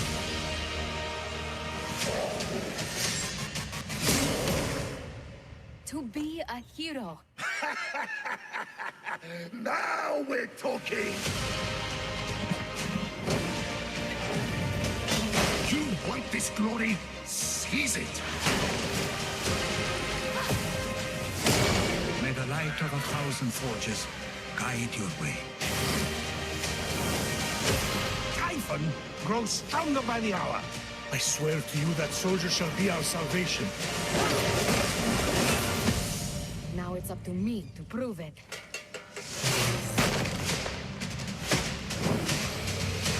Immortals Fenyx Rising, available December 3rd. Yes, that was the Nintendo Switch launch trailer for Immortals Fenyx Rising. Yeah. That looks very interesting. Yeah. honestly. From what I've seen of gameplay, it's Breath of the Wild, but if it had more hack and slash, and it takes place in a Greek mythology world. That actually sounds Pretty really much. Yeah. Pretty much. It actually does look really good. So like Ubisoft is good at their open world games, so I think like it's gonna be quality at the very least. I have a guess that in the next several years we're gonna just see Breath of the Wild, but blank. Just Yeah, all this. basically. I mean, that's what What did you say? Genshin Impact is. That's what this is. I think there was Devin, another what did you game. say? We're gonna have Breath of the Wild, but it has this other thing. That's what I For the said. next few years. Yeah. Oh, Not rip-offs of Breath of the Wild, but twists. So it's like it's Breath of the Wild with the kind of like upgrade. In terms like Phoenix Rising, like is like in terms of from what I've heard, if I remember correctly, from terms of gameplay, it pretty much is Breath of the Wild. It's fun. Yeah. Yeah. Yeah. But you can, but I know that like the protagonists, you can like customize them yourself, so that you basically just make your own character. I like the comedy. Yeah, no, yeah, it looks Laughing, pretty he funny. doesn't have hands. Yeah, I will say it. I think this is just because I like Greek mythology, but I think it's just because I know it a little too well, and I've played God of War a little too many times. But it's just weird to see Zeus not be a massive douchebag. Yeah, same here. It's weird to see him be a nice person, because God, was he not? He was not. What character of them was Zeus? Who's the guy talking to Zeus? Prometheus? Is the lightning man. He Prometheus. was talking to that guy chained up. That's Yeah, Okay. that might Okay, have I been assumed Prometheus. that was Zeus. Because that was Prometheus's sentence was to be chained to a pole and Into a rock forever be and- eaten by a vulture. Right. Yeah. He would be Have his eaten by a liver vulture eaten out and then have it he would regenerate. be regenerated, and he would continue to be eaten by a vulture. Ancient mythology is really disturbing. It is. And the yeah, reason he was sentenced there is because he stole the flame of Olympus and he gave fire to man. So he's Prometheus. He gave fire to man, and that was his punishment from Zeus. Because he gave fire to man. Zeus was a jerk. Yeah, he was. Yeah, he was. Oh man. Also, they call him the father of gods for a reason, because he literally fathered most of the gods. Yeah.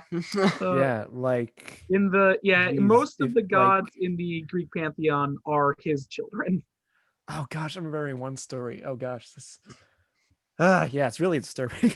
A lot of Is it the one time he raped a woman as a goose or a swan? I think it was. No, the one I just remember was that like there was a mortal that that he was married, that was pregnant with his child, and she was like, if you're really a god, then show me your true form. But he's like, no, you'll die. She's like, if you love me, then show me your true form. He's like, oh, well, all right then. So he shows her his true form, and then she just turns to ash, and the baby inside of her falls to the ground. Oh yeah, that's realistic. Yeah, like geez, like Greek mythology is messed up, and I love it. I mean, well, yeah, but also it kind of that Greek mythos, well, also just like heroes in Greek mythos are not quote unquote heroic, as it were. Like a Greek hero is not what we think of it as today. Yeah. But no, the game looks really good. I'm really looking Fenyx forward to Rising. I'm sure it'll be fun. I just, Oh, while we're still on the topic of, I think it was Greek mythology that this story is from. The story of the sacred chickens that were thrown overboard because they got seasick. Uh-huh. And then the ship sank, and they blamed it on the fact that they'd thrown the sacred chickens overboard. Yeah. That was a smart decision. They assumed that Poseidon smited them. So, because the weather got bad. really briefly, I don't know what's funny though. I don't know how far we've strayed from it, but the whole thing with the stealing fire from the gods. Yeah. There is a historian theory that goes back. Well, like it basically it's one of those like old origin theory. It's an origin theory. That's what it is. And it's basically the idea that the northern people, the people who lived in the north of the Europe area that was really cold, they would need to have fire, and if they didn't actually know how to make fire, then if there was a natural fire, they could bring it to a cave and then nurture it and continue keeping it alive for generations upon generations. And we have evidence of this, that there's like a couple caves that have just such an inordinate amount of ash that it's like it looks as though it's been burning for 100 years or whatever. And the idea was that part of like some of the like they stole fire from the gods might have come from people going to these mountain retreats where people lived near their fire and taking some of it on a torch and then leaving with it, and then they could use that torch to light other fires because they didn't know how to make fire. Yeah. Makes sense. Yeah. I mean, that's fair enough. It's cool. If you don't know how to make fire, then you got to find a way to do all the stuff that fire is used for. I know, but it's like it's cool that maybe like the whole stealing fire from the gods was actually just it came from an actual place. It wasn't just like made up. And maybe Olympus actually exists along with the ice wall and Eden on the other side of the planet. I mean, gods are named after planets. Like most of the planets are named after gods of some kind. Well, that's Roman mythology, but yeah. I'm just saying. Roman took a lot from Greek. I mean, yeah. They mostly just re-flavored the gods. They're very similar. Greek is undoubtedly more interesting, you know. Yeah. No, but yeah, I'm excited for that game. That game looks like a lot of fun. Yeah, I'm very interested to see it. I'm really glad that they cut the budget on the graphics enough, because the graphics themselves don't have to be perfect. Because I'm just gonna say, like, I was when I was getting the news ready for this, I was looking at some stuff, and it's like I'm not sure what it was exactly, but I'm pretty sure like this is obviously the Switch version, but it's coming out on Xbox One, PlayStation 5 as well, I think. So like graphically, like obviously the Switch is less powerful than these, but the cartoonish graphics are probably not going to suffer very much on the Switch. That's actually I appreciate that they didn't go all out with the graphics and instead went in for like graphical design. So it looks nice. Yeah. But it doesn't look sleek and polished and whatever, because that does take more processing power, and the way it looks right now, it's its own tone, it's its own unique thing, and if you get used to it, and it feels like it fits the dialogue better. Like it has that like kind of cartoony look, so like the comedy is like, very well accentuated. The one thing I'm worried about is the lighting, because from what I've seen in the game, there's a lot of lighting effects. So I wonder how that's going to affect the Switch port performance wise. And then this is what happens. Everything breaks. When you download it onto your Switch corrupts. I don't know. Deletes all of your storage and games. I And can't it's imagine not. it's bigger than Breath of the Wild was. Well, I mean, but That Breath game of the was Wild, perfectly was able to process all that because it used cell shaded artwork, so it didn't have to focus on details as much. Where there's like obvious textures on their faces and all that, so it is going to take more processing to do that. So I wonder, and like along with like the lighting effects as well. So I wonder how much of that is going to. I guess we'll see. Well, I mean, I'm probably going to get it on Switch. The no people, matter. As long as it runs well, I'm probably going to get it on Switch. Yeah. I'm probably not going to get it. Yeah, you don't own a Switch. I don't own things. I don't Just buy get it on things. PC. If you buy a Switch, he has a Mac. Oh. I might buy it. My Mac can pretend to be a Windows 8 computer. I'm pretty sure it needs Windows 10, but okay. I think it can also pretend to be a Windows 10. What'd you say, Max? Pretty sure it needs to be on a Windows 10, but who knows? My Mac can actually imitate a Windows 11. Thank you very much. Oh, wow. Yeah. Amazing. Oh, wow. It can be just as shit as it regularly is. Jeez. Windows or my computer? Everybody knows that you shouldn't update your Windows to the new version until several months or maybe even a couple of years have passed. Because by then, the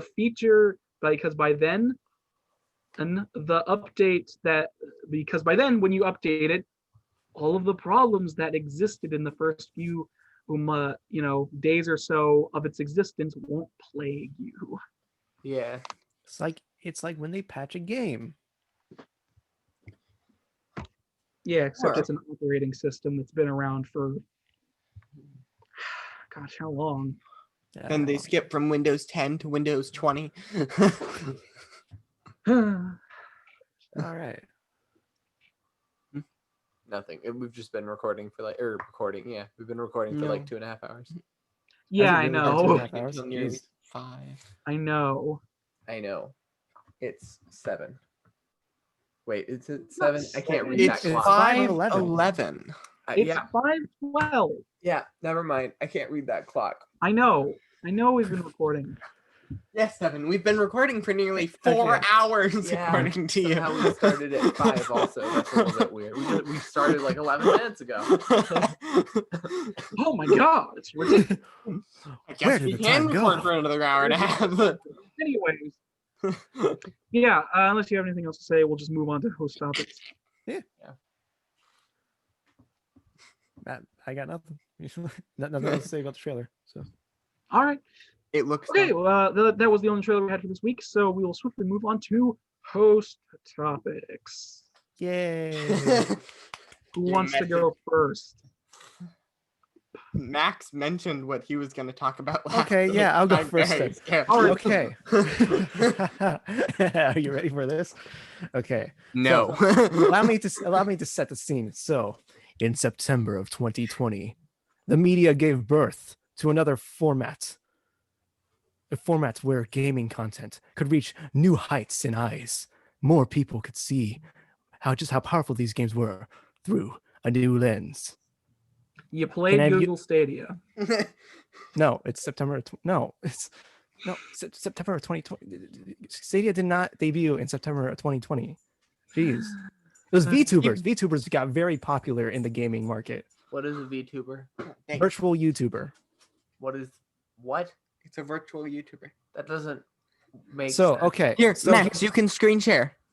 Yeah, I can. Let me. I'm looking for some clips. Make sure you sync the audio. Sure. Okay. So here's the thing. What are you going to do? Okay, so VTubers are virtual YouTubers. This was popularized in Japan. Topic?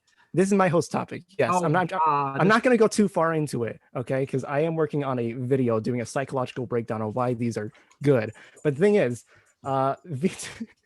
VTubers are creators on YouTube and Twitch and all that. They use virtual avatars to to perform. So basically, imagine a let's play with no camera. So like, you know how like there's like let's players who don't use a webcam, right?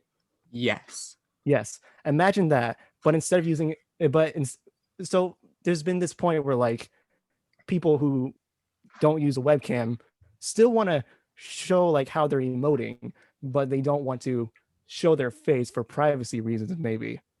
So what the virtual avatars do, they can capture the facial performance of the person and then sync it in real time with a 3D model, 3D or 2D model, and put that into the live stream or video that they're doing. So basically, it's a tool so that way creators can express their emotions without having to show their face. So, like, I think the best thing I can really compare it to is the YouTube animator explosion. You know how that really blew up like really fast? What? No, I've never heard of it. Because there was What's animation? What is animation on? But a big part of like why that blew up was because there was this like sense of mystery of like you don't see these people's faces. You just have to take their word for what they're saying, but they're able to express their emotions and their thoughts through their animation. And You have no idea how ugly they are. yeah, well, yeah, but that as well. But then there's a sense of mystery around it, where VTubers is kind of the same thing, but a lot of them are streamers, so they live stream, and so there's no time to really edit anything out or anything. So you are getting what seemed to be honest, genuine reactions, but they are playing a character, but it is a live stream, so you don't know, and you don't even see their full face or anything, so you don't know how much of it is fake and how much of it is not. But it is very entertaining either way. Well, in that case, all of it's fake. It could all be. It could all be. Anyway, you guys want to see some clips? Yeah. No. Sure. Geez. Let me. Okay. Share screen. I'm looking for something good. A lot of these are. Okay. Okay. Okay. Where is Okay, here's one. You're just digging through the mountains of porn on your desktop, aren't you? Oh no, jeez. I have a playlist of just VTuber clips. Jeez. I'm sure you do. It is 177 videos long. Okay. Wow. That's a lot. Do not question my addiction. That's like my music. You made the playlist. Oh my gosh. Nice. Yeah, I made the playlist. Wow. I have no, that's not right. Playlists, but that's mostly just because I'm very bad at organizing things. I broke down my hundreds of musics that I listened to into over 50 playlists, probably. Oh my gosh. 3, 2. How much money have you given to them? None. I can guarantee that. All right then. All right. Share screen. And then it turns out they've hacked your account. All right. Jeez. Look at this. Why? You didn't sync the audio. Wait, what do you mean? I didn't sync the audio? What are you talking about? How do I sync the audio? There's no sound. There's no sound? Share your audio too. What? When you click on share screen, click share computer audio. What? I thought I did. How do I stop share? What? Hold on. Share screen. Oh, share computer sound. Okay. Computer sound. There we go. Also, all right. Boom. Oh, you can hear your mouse.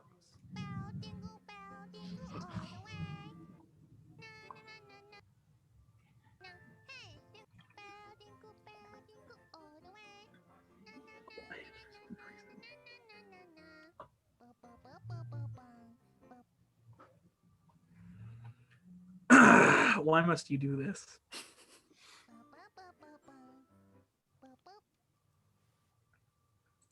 Yeah, that was that one. Okay, listen. I know how this looks. Okay, I know how this looks. I know how this looks. Please, You gotta officer, believe me. I know what it looks like. Please. Okay, listen. Okay, Weird. how do I? Okay, I don't know what you're talking about. I'm not gonna show more. Okay. I don't. That's almost cringe to me. Yeah. Okay, some of it is cringe. Some of them are cringe. Okay. Okay. The thing is, I can understand it being a good thing. yeah. Okay. Because what it is, what I find really interesting about it is because there's a lot of creators online who just who are very talented at what they do, but just don't have the traction or the aesthetic to really get it done. So VTubers, because the virtual avatar itself allows creators to be more expressive about themselves. So like there are like some creators that have been doing content online for like close to a decade now and just haven't gained any traction, but they're like really talented and stuff.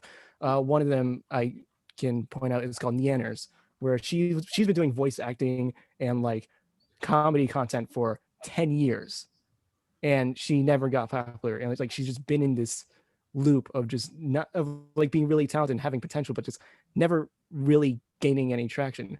Where now she's now a VTuber and now she's like really exploded, and now her personality and her talent is being displayed on full blast.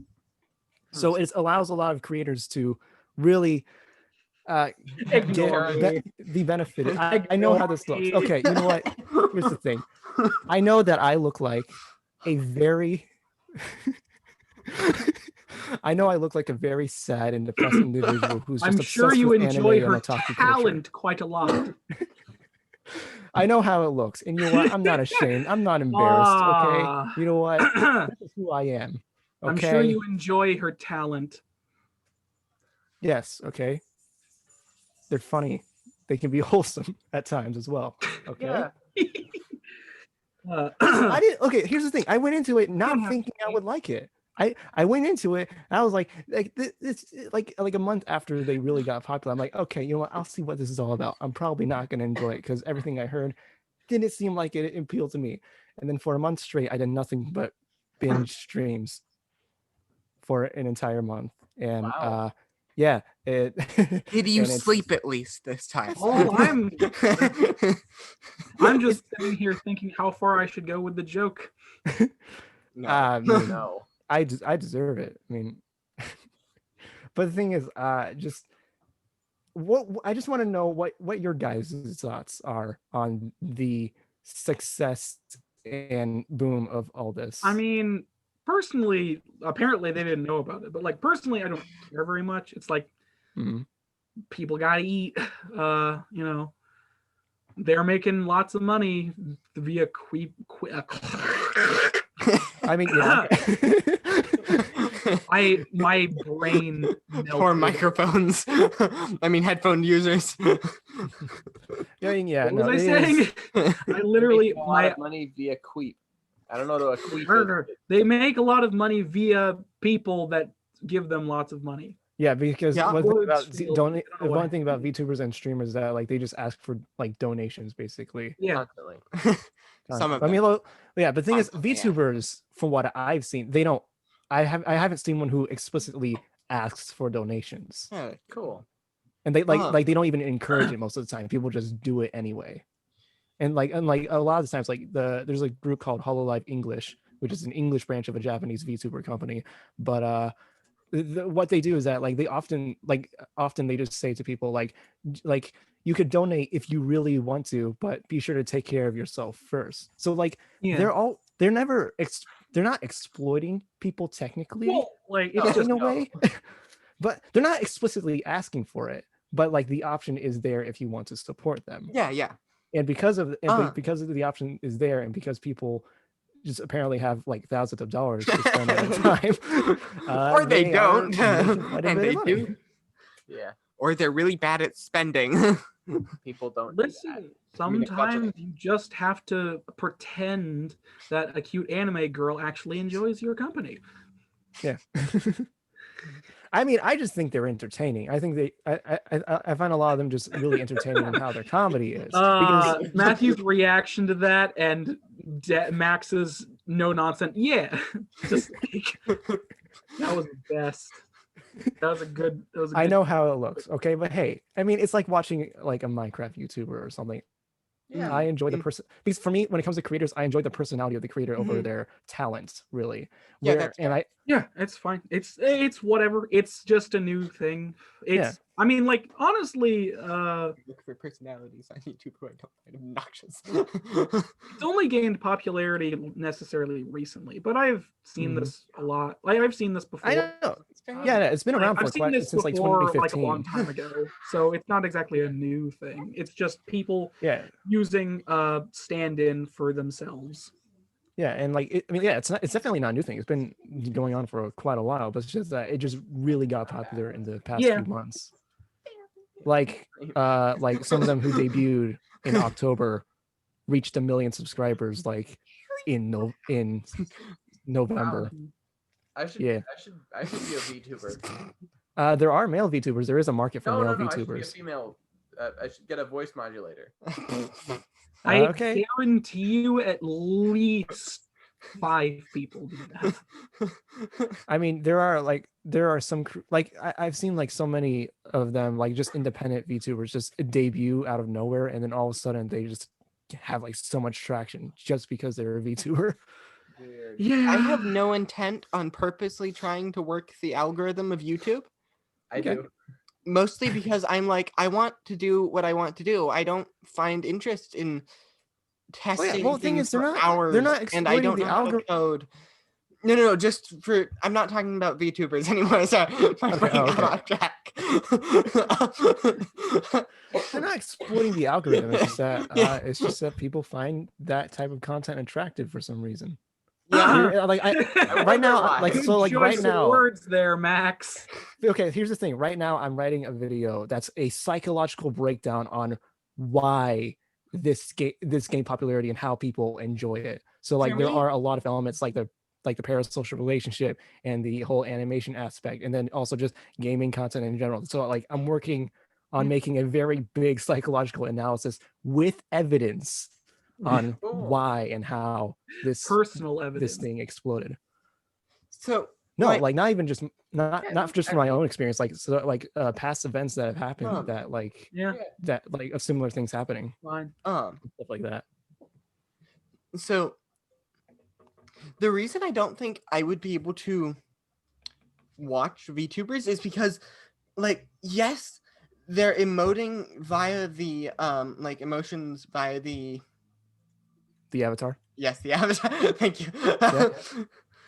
But the cute anime girl. It doesn't feel like, it doesn't look real. No, exactly.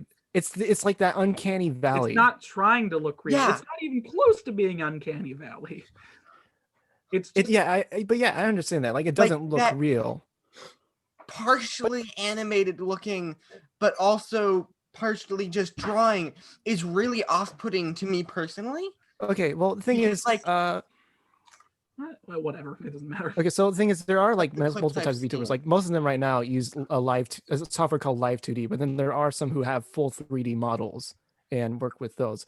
But also not all of them pretend to be the character that they look like. Like Hololive English is a good example, because there are multiple times when like they would just be like, oh wait, hold on 1 second, and then you hear them get up off their chair and leave the room to like go get a sandwich or something, and their model just kind of freezes. So they're aware that like people understand that that's not them, and so and it gets to the point where it's like, yeah, you know what, I don't really care whether like people see me screw up with technical issues or anything. Like they'll just go around and do it, but then they'll just pretend like nothing happened, and they'll like still play their character in a way like that. Yeah. So like that. so like it, depending on which ones you watch, like there are some who are self-aware and just like know and like understand like how people like know this is fake, and they're like, and they just kind of like play into that. But then there are some who just take it too far and just pretend to be real. Yeah. It's so distracting to my senses seeing the face be like, when they talk, the mouth barely moves. Yeah, they're Yeah. also speaking in I mean, I get And that. it's so disconcerting to my brain, to my art side. And I'm like, it would be fine if it was fully animated or just pictures. What happened? But I mean, yeah, I get it. Like, it's definitely not for everyone. I understand that, and I fully agree with that. the mouth has to close all the way, please. I mean, it also just depends on how they rig it. So, I mean, Yeah.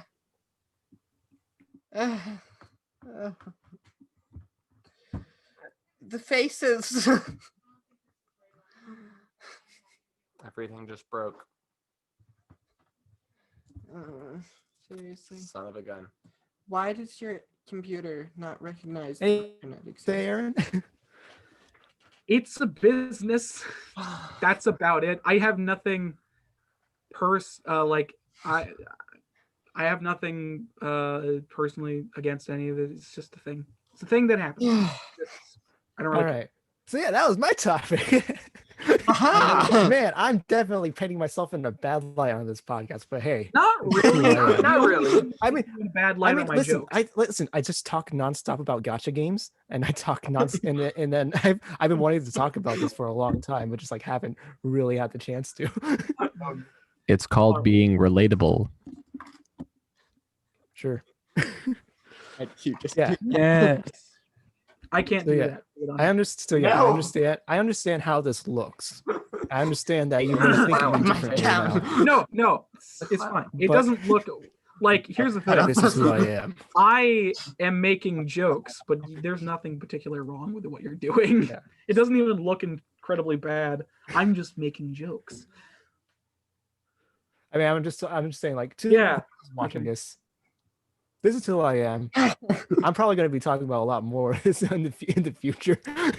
If you don't like it, too bad. I'm not going to be here all the time. Whatever.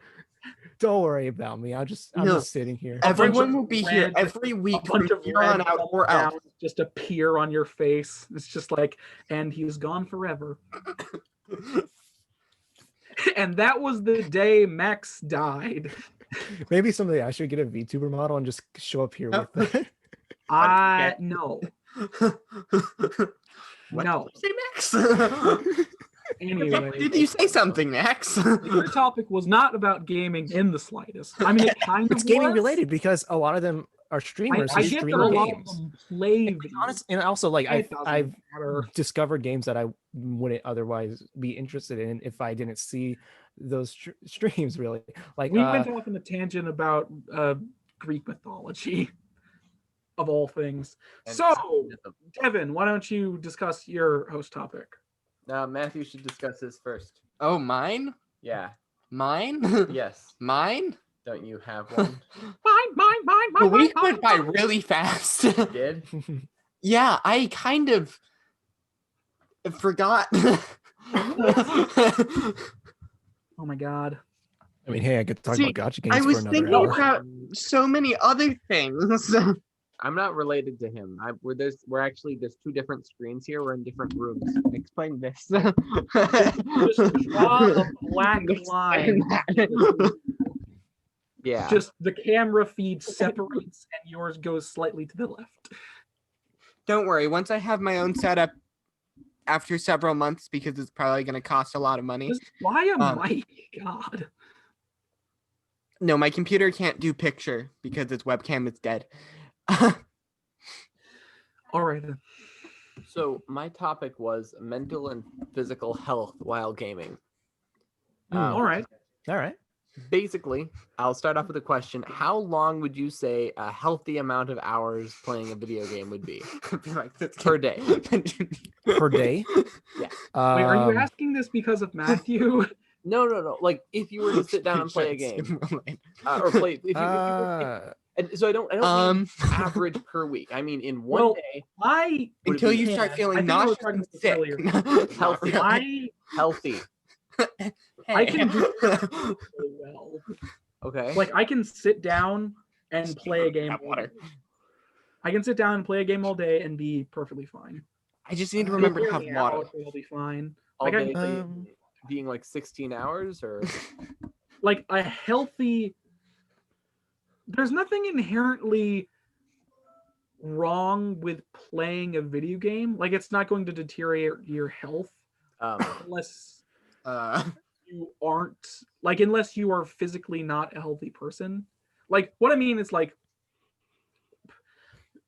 video games are not going to deteriorate your health unless you are not looking after yourself, which is to say that's the same with literally everything. It's like if you read too much and don't focus on yourself, you'll probably end up in a bad situation. If you it's like gaming isn't unique in that sense. It's just another thing for people to have, you know, it's a hobby. It doesn't rule my life. I was just curious what you think a healthy amount of time spent would be. And if you play something like Frisbee too much, Ultimate Frisbee specifically, you'll get really you'll need to replace your kneecaps eventually. And you'll get really muscly. I mean, no, I'm not joking. I mean, it's my different. uncle had that basically lifestyle, but I mean, yeah.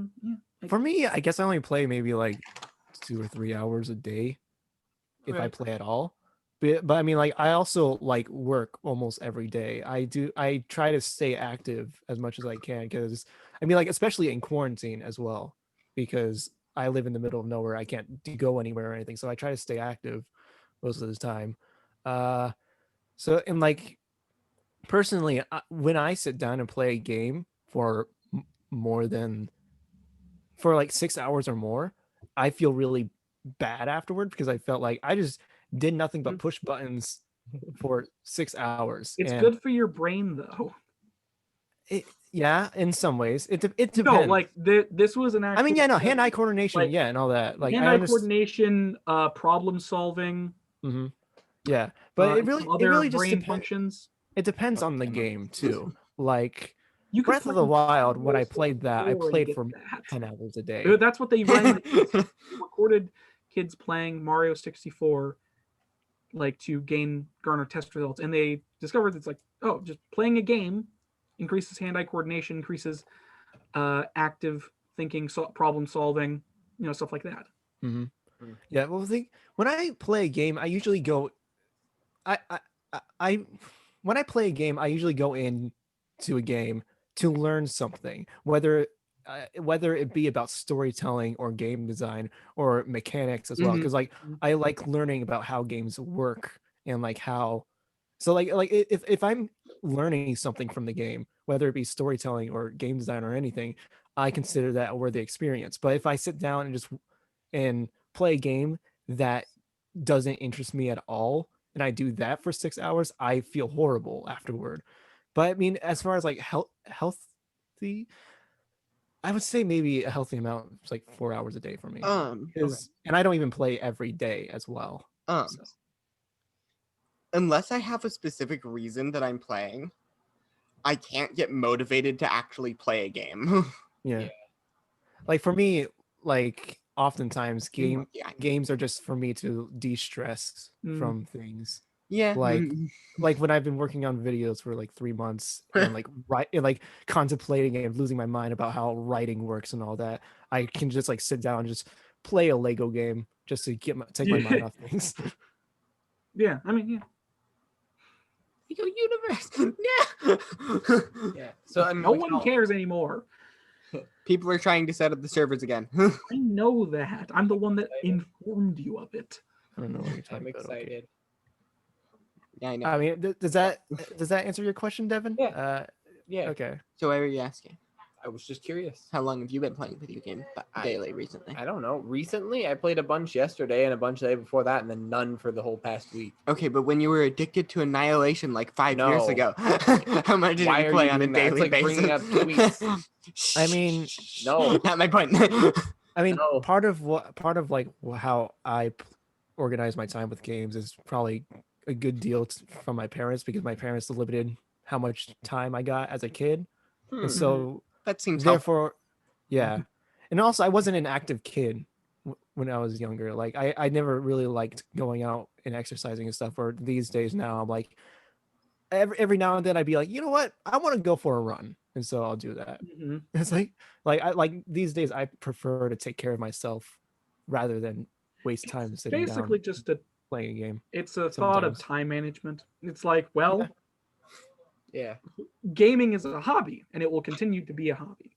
Yes, I yeah. enjoy them very much, and I think that they can be considered art in a lot of concepts, but it's still a hobby. Or career. And a hobby is not going to get in the way of something that's actually important. Right. Yeah. You know, like taking care of your body or going, eating or doing a job or whatever, Nobody like, needs it's a food. Or water for that matter. Yeah. It's a hobby. I forget about both frequently. That was my By host accident. topic. All right then. Well, I guess I don't know. Yeah, Did you, Kind of covered it. did you have anything, Aaron? Or Matthew, did you? I have a host topic, but Okay. Matthew, what is your host topic and why did you forget it?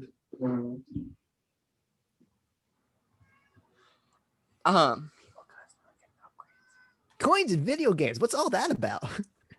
No. Loot boxes. What? Let's talk about loot boxes for the next 4 hours. Yes, I can I tell can you all do about. that. I play gotcha games. I can tell you all about loot boxes. I can What about- rant anyway. about Activision Blizzard for being the first company to really, really make it. What's the term?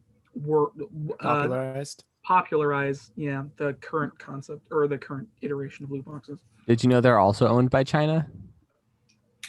Activision Blizzard. Yeah. Yeah, I wouldn't be surprised. Owned. I mean, have you, Look I at mean, the have you look seen? at the recent BlizzCon. Have you seen the quality of their games? They're kind of not that good. Yeah, I forgot to come up with the host topic this week. I'm not even kidding. That's fine. I mean, it means that we. I've been kind of focused on something else. If you guys couldn't have guessed, Yeah, no, that's fine. Max and Aaron. I Server just stuff, like building my base just and take an that other thing. hour to come up with a topic. An hour? Yes, I came up with it in like 30 seconds. I'm just saying. I mean, I have a list of topics on my phone that that I just keep adding to. That's Is smart, it? actually. I just forgot completely. It's fine. So, Aaron, what's your host topic? I am actually really curious how they do cross compatibility between like Xbox, phone, and computer.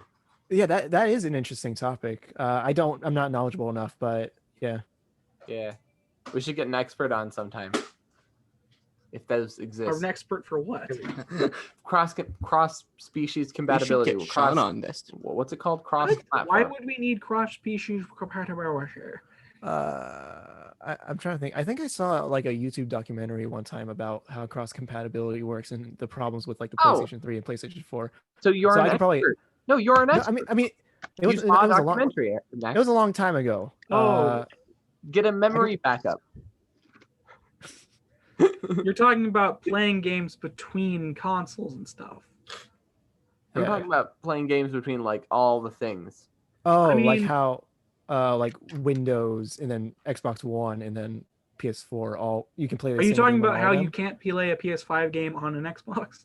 I'm talking about how you somehow are able to. How I want to know how they managed to make cross. Well, it's just that each. compatibility. Well, okay, so how that works is that each console, each piece of hardware has like a different processor and different things and different inputs. So basically, they just have to go into the code, change what the inputs are, and then change any settings for, like what that for the console's capabilities. Like, PlayStation 5 and Xbox Series X are different because PlayStation 5, because it has backwards compatibility with PS4, there's only 2 modes. You can have boost performance mode, which makes games run at 60 FPS or higher, but then there's also the other mode, which I forget the name of, but it allows ray tracing.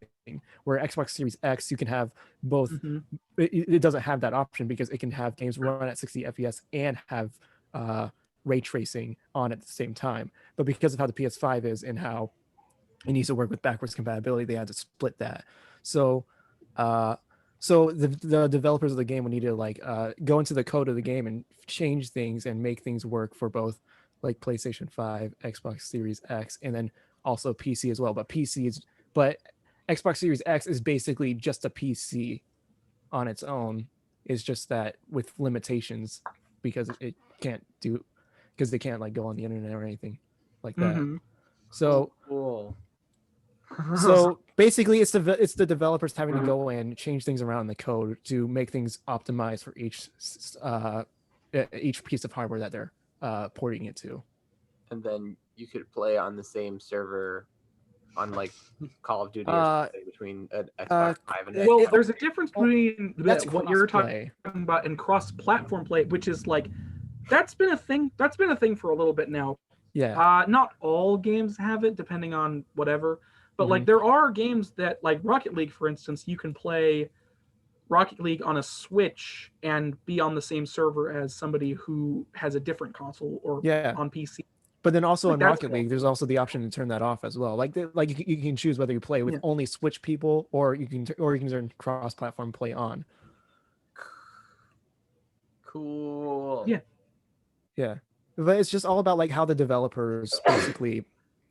It's basically It's all also about how the developers change the code and all how that. Microsoft and Sony and Nintendo, they all have to agree to this as well, because Sony that was too.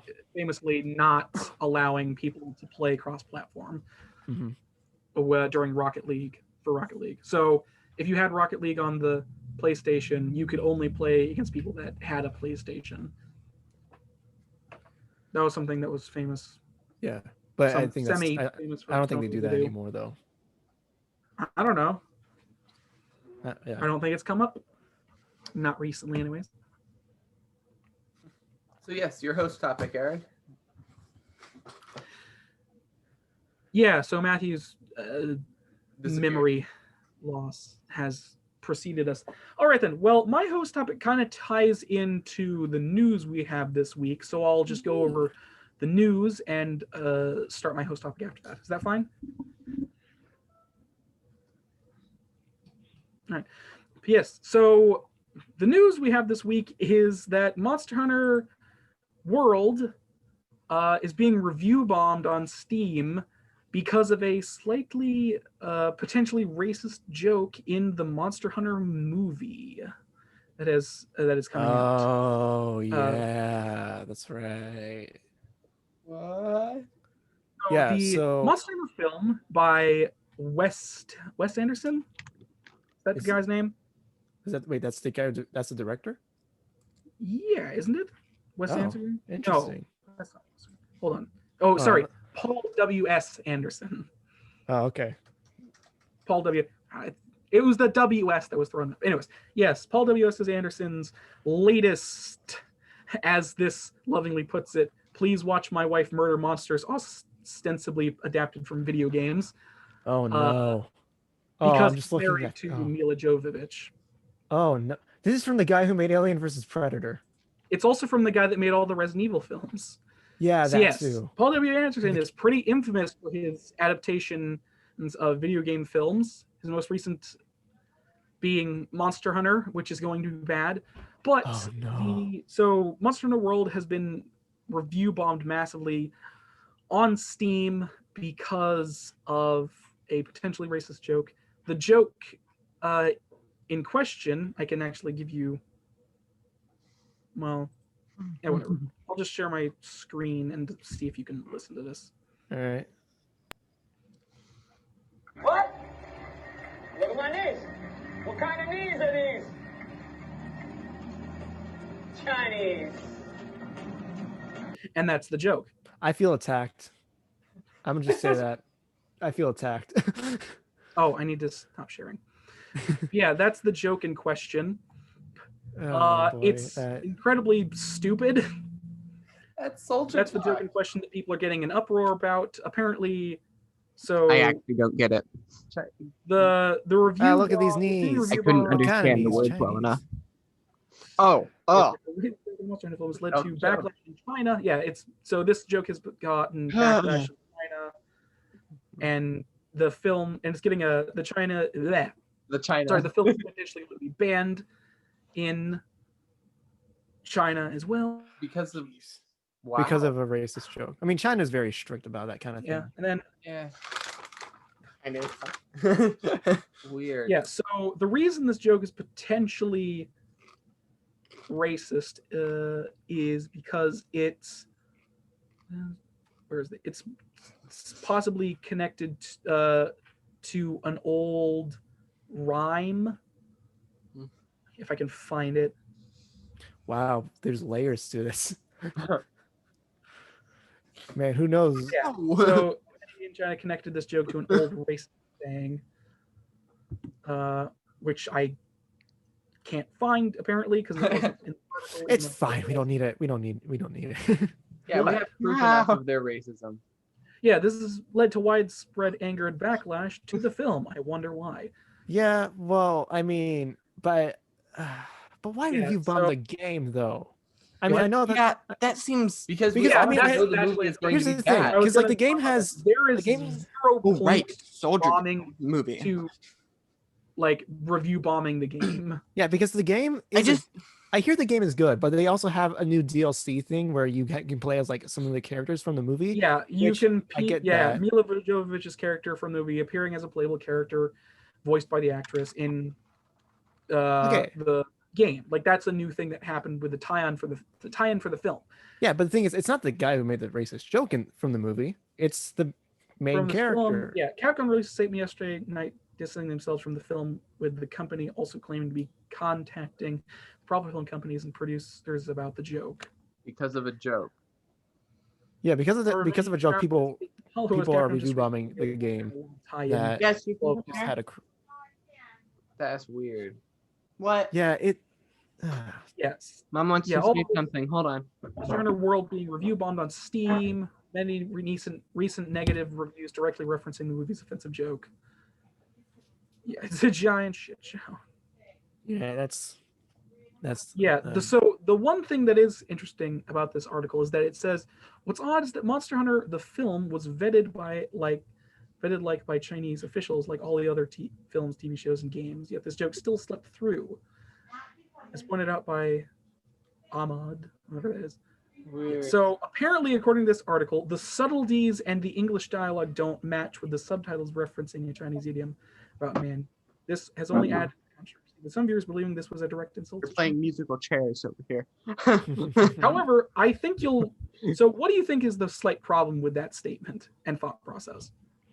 It seems that the government officials of China didn't watch the movie. They just skimmed through the translated script that didn't have Or if they did, it's implying that they that they apparently can't read or speak English.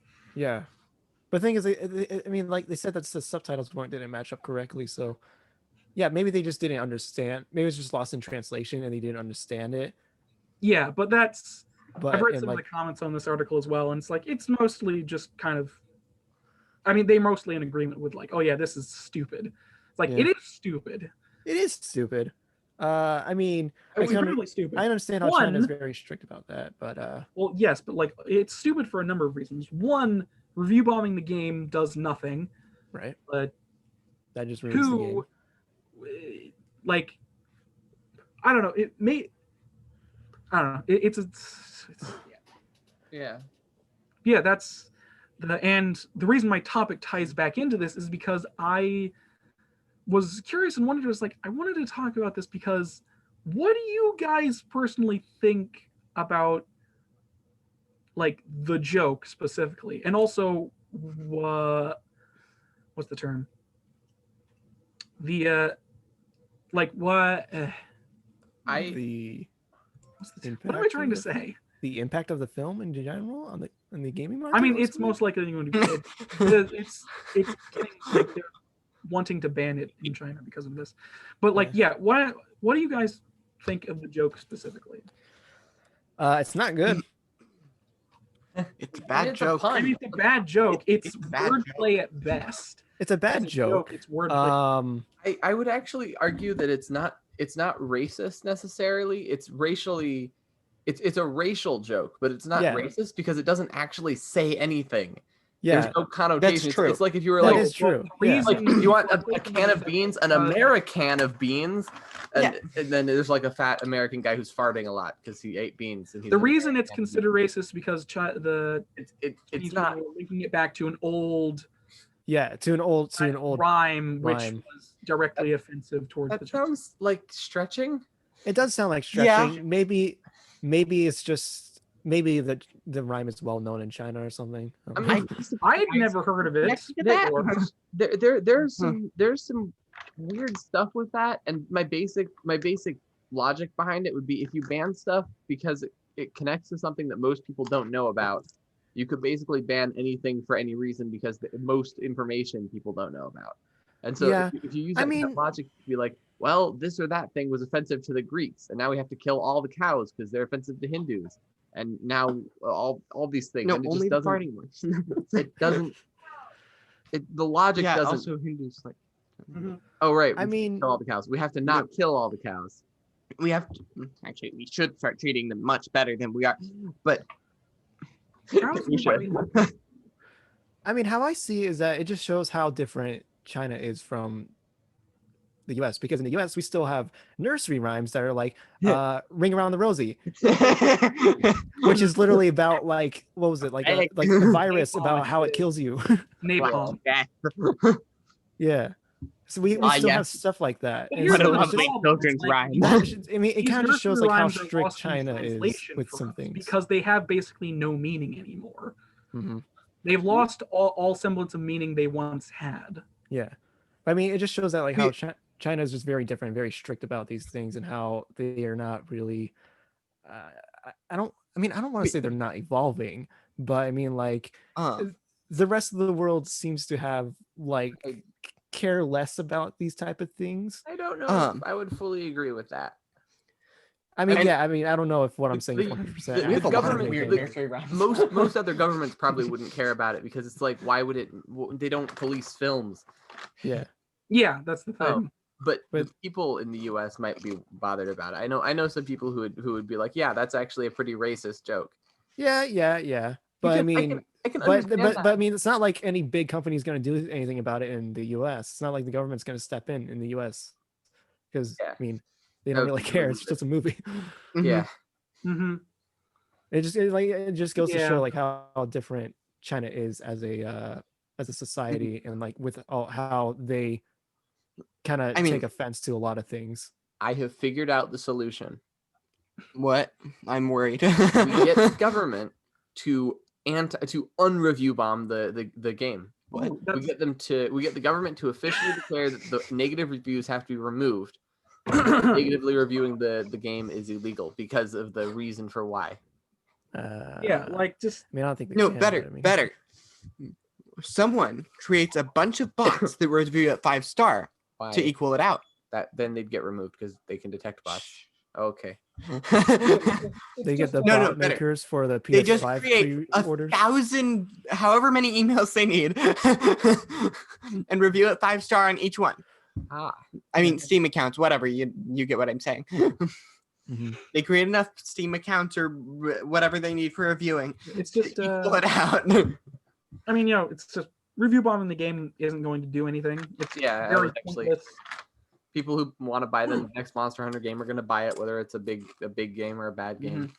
I mean, Monster Hunter World is a fantastic game, but it has nothing to do with the film aside from the DLC. But that was just a tie-in, and it has nothing to do with the film outside of that. Right. Like, the film actually have tanks in it. Yeah, it's about the film is about a modern group of military going into a different world. Oh, which is the Monster Hunter world. Yeah. Every mid 2000s terrible plot. I thought the US grew out of this, but apparently not. Yeah, wow. It's terrible. Like no. Every remake of a classic format with a fantasy element did this. All the Smurf films did it. Sonic Smurfs, did it. They go to the the real world. What else? The Smurfs are the thing that Sonic did it. Sonic did it. Actually, thinking about it, that film is very 90s. It is not. I hate that movie. I mean, It's not very. It's very old. I want to see it. the Sonic movie. Yeah, Film. I'm an 8-year-old I inside. I think want to see a fun cartoony movie. Yeah, I think my family owns it on DVD. I can just like, I can screen share my screen and just play it. Oh Share the film. no, I'll bike Better over yet, to your just house wearing record- a hazmat suit. No, better Like, yet, Max. Just play it on a VCR, and then record. Get a Oh. YouTube TV. Record the Record on screen with a VCR. crappy old flip phone, and then just send the file to him. No. The Record best the audio on a record. Put the CD in this Somehow. Put the CD in a cardboard box. Put a little sticker on the cardboard box. Write my address on the sticker on the cardboard box, and then put it in this thing called a mailbox, and it will get mailed. Mm-hmm. No. My version is much better, where you No. record it on a record somehow No. and send it to our house because we do have a record player, or at least a function of a record player. Just put it under a pneumatic press, and it'll suddenly become a laser disc. Throw it through a What happens? wormhole. Press them. These are all to wonderful become laser ideas. discs. I've got an even better one. Strap it to the side of a frisbee to tie into someone talking about frisbee earlier, and then just chuck it as hard as you can. All over the way to our house. Yep, over the cornfields, past the buildings, straight down to our front yard. Second star on the right, straight on. Don't hit a bird. Or second Oh. star on the right, straight on until the morning. Yeah. And make sure to jog with it until it gets there, What? Oh, like so that you can catch it so it doesn't break. Exactly. I might just do that. Where I might were just we? do that. Do you have a drone? Yeah, we were talking about Monster Hunter, and then we moved on to Sonic movies. for Yeah, some reason. that's the other thing I wanted to aside from asking what your opinion on it was. My general topic was just like quote unquote offensive games. Offensive games. Yes. I mean- now there are my topic sort of ties back to this because it's like, semi-related, but like I wanted to talk about games that are quote unquote offensive, or and like games that are offensive and games that are offensive for a marketing tactic. So like Hatred is a good example of a game that was marketed in like it was offensive for marketing specifically because it was a game that was marketed in a very I say like Hatred. Okay, if you don't know what Hatred is a game that came out in, gosh, I want to say 2014 now. It's quite old. It's an isometric shooter, twin stick shooter, and the goal of the game is to kill people. Basically, the game is about you playing as a gravelly, I've heard of this. cartoonishly gravelly voiced, no-named person going around killing innocent people. Yeah, right. And- I've heard of this. And it caused a big uproar, which was intentional because lots of people bought the game. The game itself is average at best. And people got all upset and uproar. It's like, oh my god, why can't it? But like, maybe I'd feel bad if the people acted like actual people instead of deer that are so sure a lion has disappeared in this tall brush of grass. Yeah, I saw. know what I I just mean? looked up the game. It's one of the only games that is rated adults only, and those usually happen because like it was something also offensive was in taken. it. It was also taken off Steam for a small amount of time, but then was put back on. And there's this big uproar about it, and it was all pointless and for naught because that was the intention. It was marketedly, it was intentionally offensive for the sake of money. It was because, and it worked because lots of people bought it. Lots of people talked about it because that's the thing. You know the saying, all publicity is, or even There's no such thing as bad press. yeah, even bad publicity. I can't There is say the no word. such thing as bad press. Yes, that. What? No, that's the Basically, thing. yes. But because like it worked wonders because the people that were like, oh, you can't take this away from me, bought it. And the people that are like, I have to see this for myself, bought it. And they made a big stink about it. And now that game is very famous because everybody talked about it. Or is it infamous? It's not infamous. It's not worthy of being infamous. It's so squeaky clean. The main character doesn't have a name and he talks like this. I have no... Yeah. My name is pointless. Oh my God, my throat. I don't really... Like, Toast child? also, the way you heal yourself is to basically glory kill people, I guess is a good term. You basically... When a person is on the ground and they're not quite dead, you can press a button and kill them in a special unique cutscene, and you get health back. You can turn those cutscenes off because there's only a limited amount of them, and it gets annoying having to watch them after a while because it just slows down the gameplay.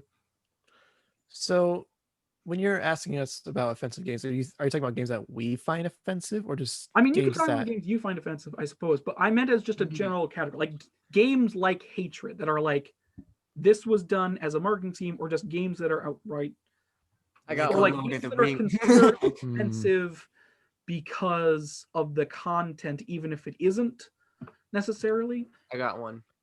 Yeah. What? Lego Universe. They shut it down. I'm super offended, super butthurt about them either shutting it down. It's gone now. You can't play it. I'm sad. I can't actually think of a real game that was actually offensive. I'm not sure this is offensive, but it definitely irritates me. Their Lego adaptation of Lord of the Rings. Oh yeah. Gameplay is slow. The movie. The dialogue is just taken from the movie at kind of seemingly random, and it's really jarring. Oh, you know what's even worse? The Lego Hobbit game. I have not played it. They added this crafting mechanic that is just so annoying and so tedious because you don't know because it tells you to like get these items to build something so you can continue the game. But the thing is the things you need to get, you don't know where they are until after you break an item, and then it's like, oh, that had the thing I was looking for. Does it glow? Oh wow, that's intuitive. No. Yeah. So literally, like, you have to like go around this like it's still open world, so you have to go around this entire area, and then you find like the one rock that had the one mineral that you needed, and like the rock looked nothing like the mineral you needed. Mm-hmm. I've heard that the Skywalker Saga Lego game is possibly thinking of giving players the choice of whether they want the actual voice acting or the grunts. Interesting. That's what I'm gonna pick. Or so I've heard. I really hope that's true. That'd be interesting. It'd also be a good compromise since they're readapting 2 previous games, or technically 3 previous games. Yeah. You know. I'm trying to think. I haven't found a game that like personally offended me. Yeah. Oh, I got one. Grand Theft Auto 5. Okay, that I Why understand. is it offensive to you? That is a game that is I don't like it. Why though? Because it sells better than Tetris. Because the main reason is because the number of 10-year-olds that play it and the number of younger than 10-year-olds that play it. You can't hate the game for that. Okay, well, yeah, but that's not the game's fault. That is just more they made the Guardians' game... parents and all that. They don't market the game towards kids. It's rated M. I know. Some of the Grand Theft Auto games are rated adult only. I know. It's just that for some reason people just let their kids play whatever they they want. advertise it in the locations they choose to advertise it, so they do market it to kids. I suppose. Rating has nothing to do with marketing. Yeah. I suppose that. If they aren't taking active measures to prevent kids from getting a hold of it. Yeah. What active measures are they going to take? Algorithms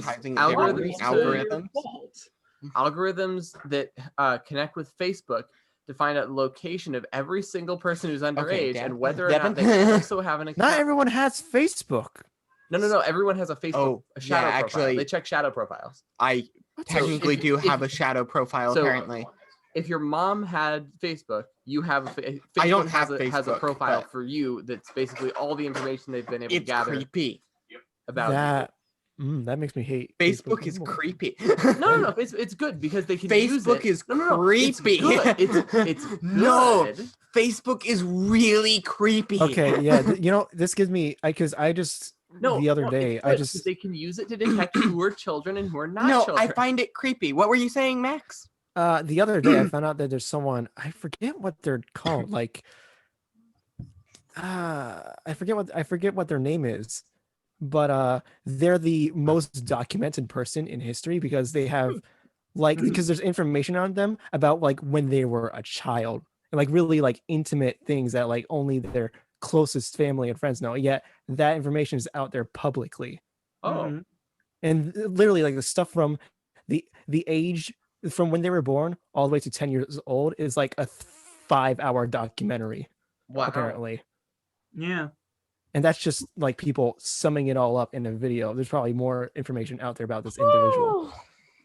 And I bet a lot of that information comes from Facebook and stuff like that. No kidding. Probably. But like on the topic of but offensive games. The rating system. Oh my god! Like, could you imagine? There's no stupid algorithm for movies. You wouldn't go take your kid to see a rated R film. Why would you give your kid a rated M game? Exactly. It's the same thing essentially. Have you heard what? You guys okay? Yeah. Literally the same thing. It's not. Like, you can see like if you go. I know they don't really exist anymore, but like video stores and stuff like that.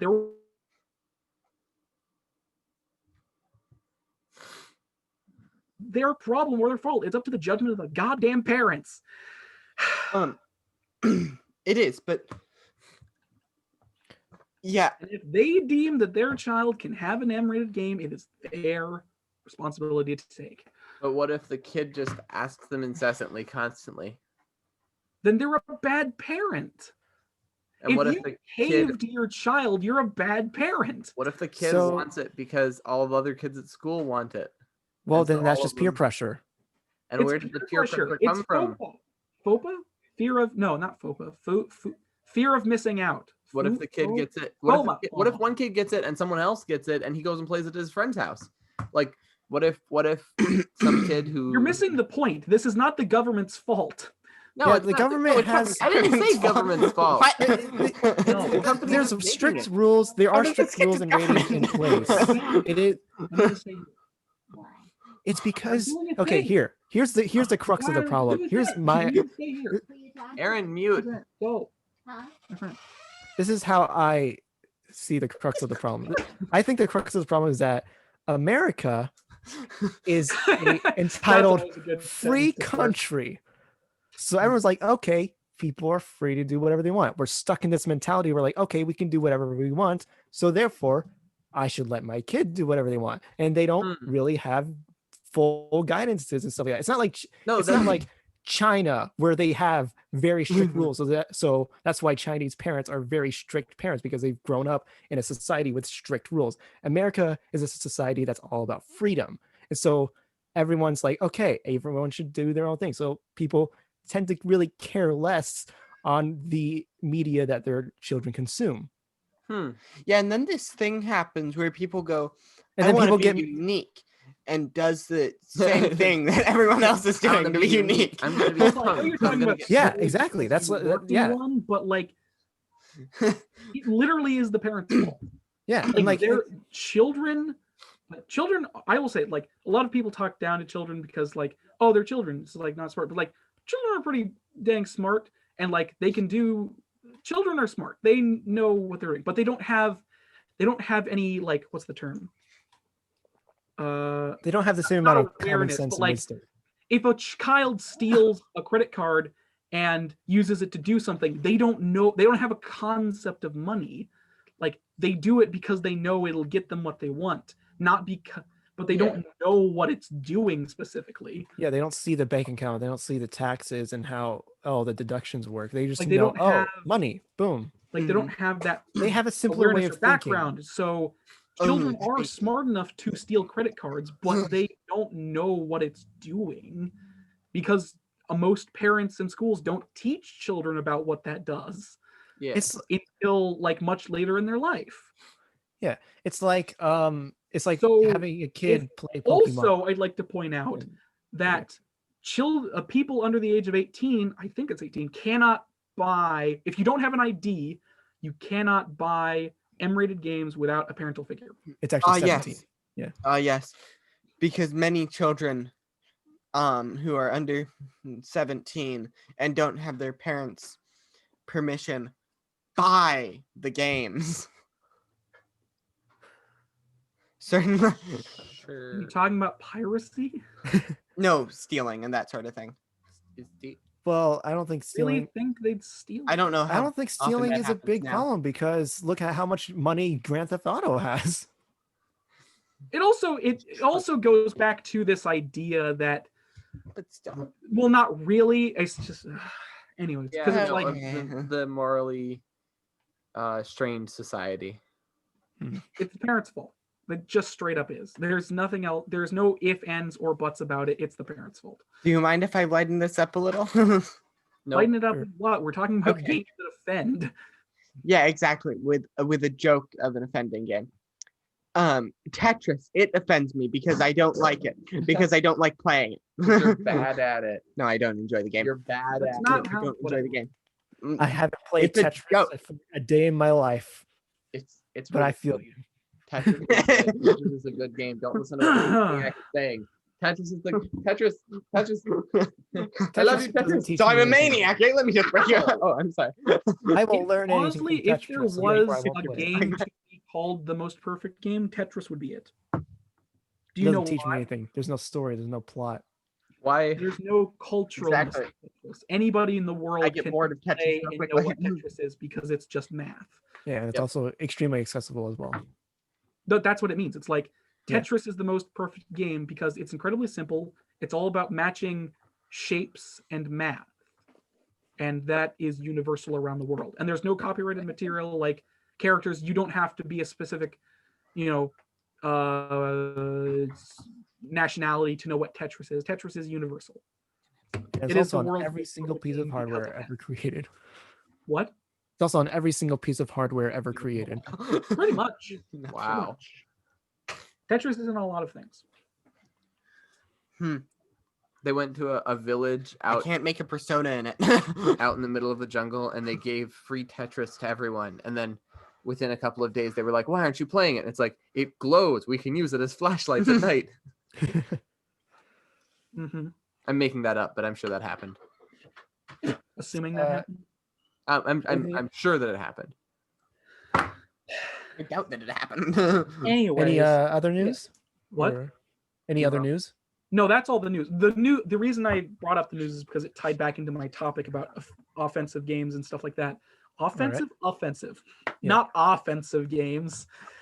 A good offensive, a large offense. I have a piece of news if I could share that. Sure. Oh, You're getting married. go for it. I was unaware that my co-hosts would actually do something like that.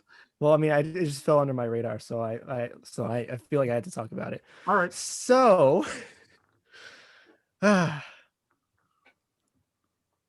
there is a gacha game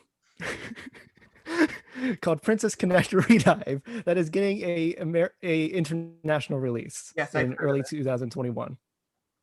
I've heard of it based on Yes. Crunchyroll's community. Yes, the post. anime is actually really good. I really recommend the anime. But if you haven't seen the anime, there was also a crossover event in the gacha game Dragalia Lost, which is going on right now.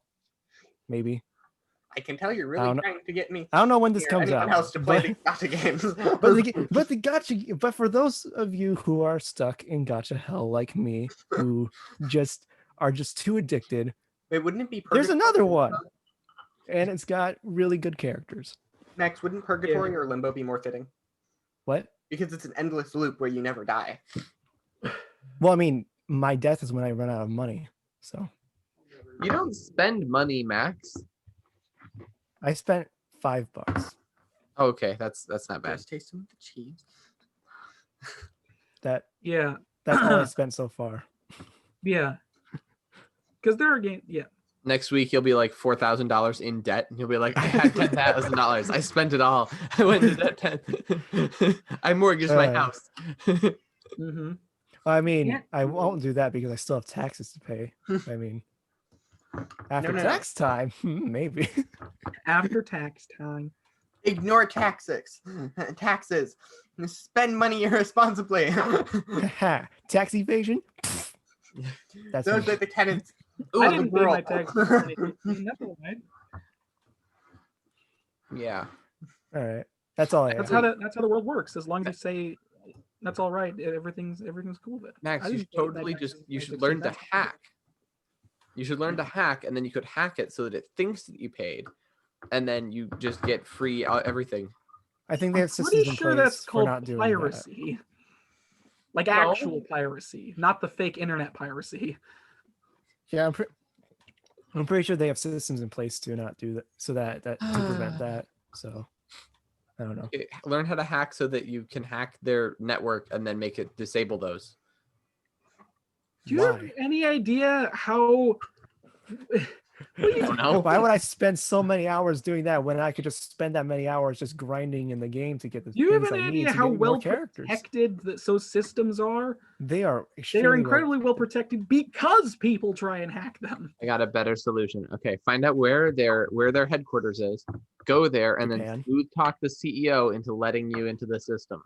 Just Go to Nintendo and Cygames and be like, hey, I want go to wherever the cloud is and then just blow up the cloud servers and it'll all be okay. That's taking a step too far, but okay. A lot of stuff is stored on the cloud, you know. I wouldn't be horribly surprised if a lot of banks got fucked over by it. Yeah, because some terrorist is gonna be like, I'm gonna blow up a bomb in Greenland. I have your servers. Give me all of the money. I'm king of the world now. I'm just saying. That would be funny, actually, if like in 10 years that just happens and then the world is like, you know what? After 2020, after 2025, we're okay with having a king of the world. Be our king of the world. Have a bomb button for our internet. We're Americans. We're free. We don't care. Yeah, we wouldn't be free after that because we would have a. Anyways, we're not free as it is, but who cares? My anyway. That's fair. I don't know. I don't know. My offensive game topic. Yeah, I can't really think of offensive games. I know you said Grand Theft Auto, but it isn't offensive to you. I mean, it is. Its existence makes me want to be sad. You have a very fucking. I mean, it does. The game has. God, the game your didn't life do anything must to be you. amazing. If that is what makes you want to be sad, holy shit! Jesus Christ, your life must be amazing. Jeez. No, that's just one of the billions of things that make Stefan sad. Yeah. I'm just so perceptive that I can just every time I see something, I'm like, that either makes me sad or happy. It makes me sad. Here's how much it makes me sad. There's with every controversial topic in the world, it's like if it insults you, then just don't worry about it. That's how I see things. Like if I see an anime that I just like, those are some weird themes in that. I don't like that. Who cares? I don't watch it. It's fine. What if it upsets someone else though? Well, I just say don't watch it. Like you know how anime have incest and stuff in them. Nobody. And I'm like, this is. I'm sorry to tell. If you're watching this right now, I'm sorry to tell you, but nobody cares if you're upset. Exactly. Zero people in the world care if you are upset about something. They're too busy caring about running the world to care about your opinion doesn't matter. That's the takeaway from this. Unless you have 10 billion subscribers on YouTube. Still, then no, I don't have to like everything that. No, but that means they have more subscribers than people on the planet currently. Who do? 10 billion subscribers on YouTube, right? Yeah. There's less than 10 billion. If someone had 10 billion subscribers. Oh my gosh, people who have 100 million subscribers have like a percentable number of the world population. Yeah. Yeah. Wow. That's the crazy thing about 50 million subscribers. Like when you think about it, like when like when you look at a big YouTuber and you're like, wait, that's my entire hometown and then some. Yeah. Or like that's the entire country. Wait, no, not country. Small YouTubers have our entire that's city. The entire piece of land that is called Britain. Wow. You know. And then they use all that power to play video games and make a few $1,000s off of AdSense. I'm sorry, I don't know what Britain is part of the EU still, right? Yeah, maybe.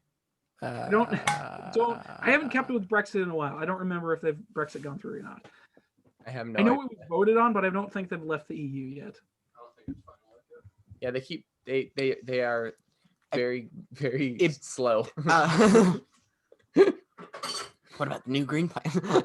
No, do not mention I that. know, I'm not going. We do not need to mention. Yeah, green the other thing is like I mentioned Hatred as an offensive game, but like there are like Postal was an intentionally offensive game. Postal and Postal 2 were intentionally intentionally offensive games for the sake of like sales and stuff. You know, or Manhunter.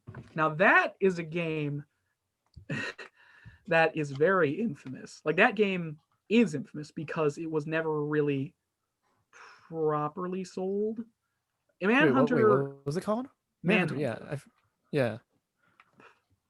Manhunter was a game by Rockstar where you went around. I mean, like I think it was basically just a stealthy small platformy game to go through. Oh, that's right. The plot was like I don't think there was a plot really. I think the plot was like you're stuck in a. Basically, the plot was Saw. Yeah. Well, yeah. That's another thing. That's another thing I want to bring up, but. Because like people get so offensive, people get so offended from video games when movies have been doing this stuff for years. Well, the thing is, games. Hey, Dad, want to make a cameo? Games were the go-to in the 90s. Yeah, and they still are. Put all the blame on video games. The 90s are back, guys. I want to just mention, the only reason I have a problem with GTA is because it's set on Earth. If it was like set on an alien planet with like good analogies for like if it wasn't Earth and it was just the same game and completely but a different skin, because it normalizes things that I don't think should be normalized. It doesn't like normalize. I love Doom. I mean, I understand that because like it's too anything. realistic. Just because I run over a million people in GTA doesn't mean I do it in real life. No, but that's not what we're talking about. I'm talking about it normalizes the idea of gunfights or why would it do that? Call of Duty doesn't normalize the idea of gunfights. It is set in a war zone, not in a city. Yeah. It normalizes the idea. I'm not saying that it literally does, but I'm saying that there is a small percentage difference. There's a notable difference towards it being normalized. If I played Grand Theft Auto, I would be more. I'm not saying it would make me go, I'm gonna go run people over. I'm gonna have a gunfight with someone. It just means that I am now. It's normalized in the game, so. I have now, yeah, I have had an interaction with it, or I've had something similar to an interaction with it. Yeah. But it's nothing like the real thing. I mean, the same thing could. I understand your point. The only people that would change their perspective are people who can't tell the difference between fantasy and reality. Okay. Yeah, I mean, like it's the same as like seeing gunfights in movies and stuff like that. Reality. Like, how about what's a good? Because fantasy is. How about what? I'm trying to think of a movie like. Oh yeah, Baby Driver. Baby Driver is fairly realistic and down to earth as a movie goes. No. It is. No. All those stunts were actually real. I know, but it's over the top. I mean, it's in a way. Yeah. GTA is the same as Baby Driver in terms of realisticness and over the topness. Okay, maybe I haven't played GTA or ever. Okay, no, we're talking about Baby Driver. An opinion on something you haven't. No, I don't know where played or something. I can have opinions about things I don't know much about. That's a bad thing. It's not necessarily a bad thing. It's a bad thing if I declare my opinion is definitely very well founded, and it's not. It's an opinion. It's not a fact. Or can have opinions about things you aren't knowledgeable about, but it allows the chance to educate. Not me. All of my opinions are facts. I don't know anything about GTA 5, and I can understand why people are offended by it. I know almost nothing about. I know almost nothing about Doom, and I know almost nothing about GTA. But I find Doom the basic. What? Whoa. Same here. Yeah. I find the basic idea of Doom really, really cool because you're going around murdering a bunch of demons and it's really cool. That's the most Christian game out there. You're going around killing demons. Yeah, but you're still being violent. Okay, fine. I get it. Have you read the Bible? And I like games where you're like a tactical mercenary game where you hire mercenaries and you shoot at things and stuff. They're cool, but there's a certain line that I don't like it being crossed. Yeah, it's just that I think what it just all comes down to is realism. It's just that GTA itself is just like too realistic. Yeah. To you. You can flip over cars by holding a button in that game. You're inside of a car. If you flip onto your roof, you can hold a button and get back onto your wheels. Yes, I'm not. Is that realistic for you? No, I'm talking about the fact that you carjack people. Carjack people? Is that what it's called? Yeah, that's what it is. Yeah, you hostage people. This is going down a line of thought that is... No, I'm saying that it's simply a game mechanic, and so you learn how to do it, and you just... Video games cannot influence your real-world actions or thoughts. I think I disagree. I just say that it's... I disagree with that as well, but it depends on the individual.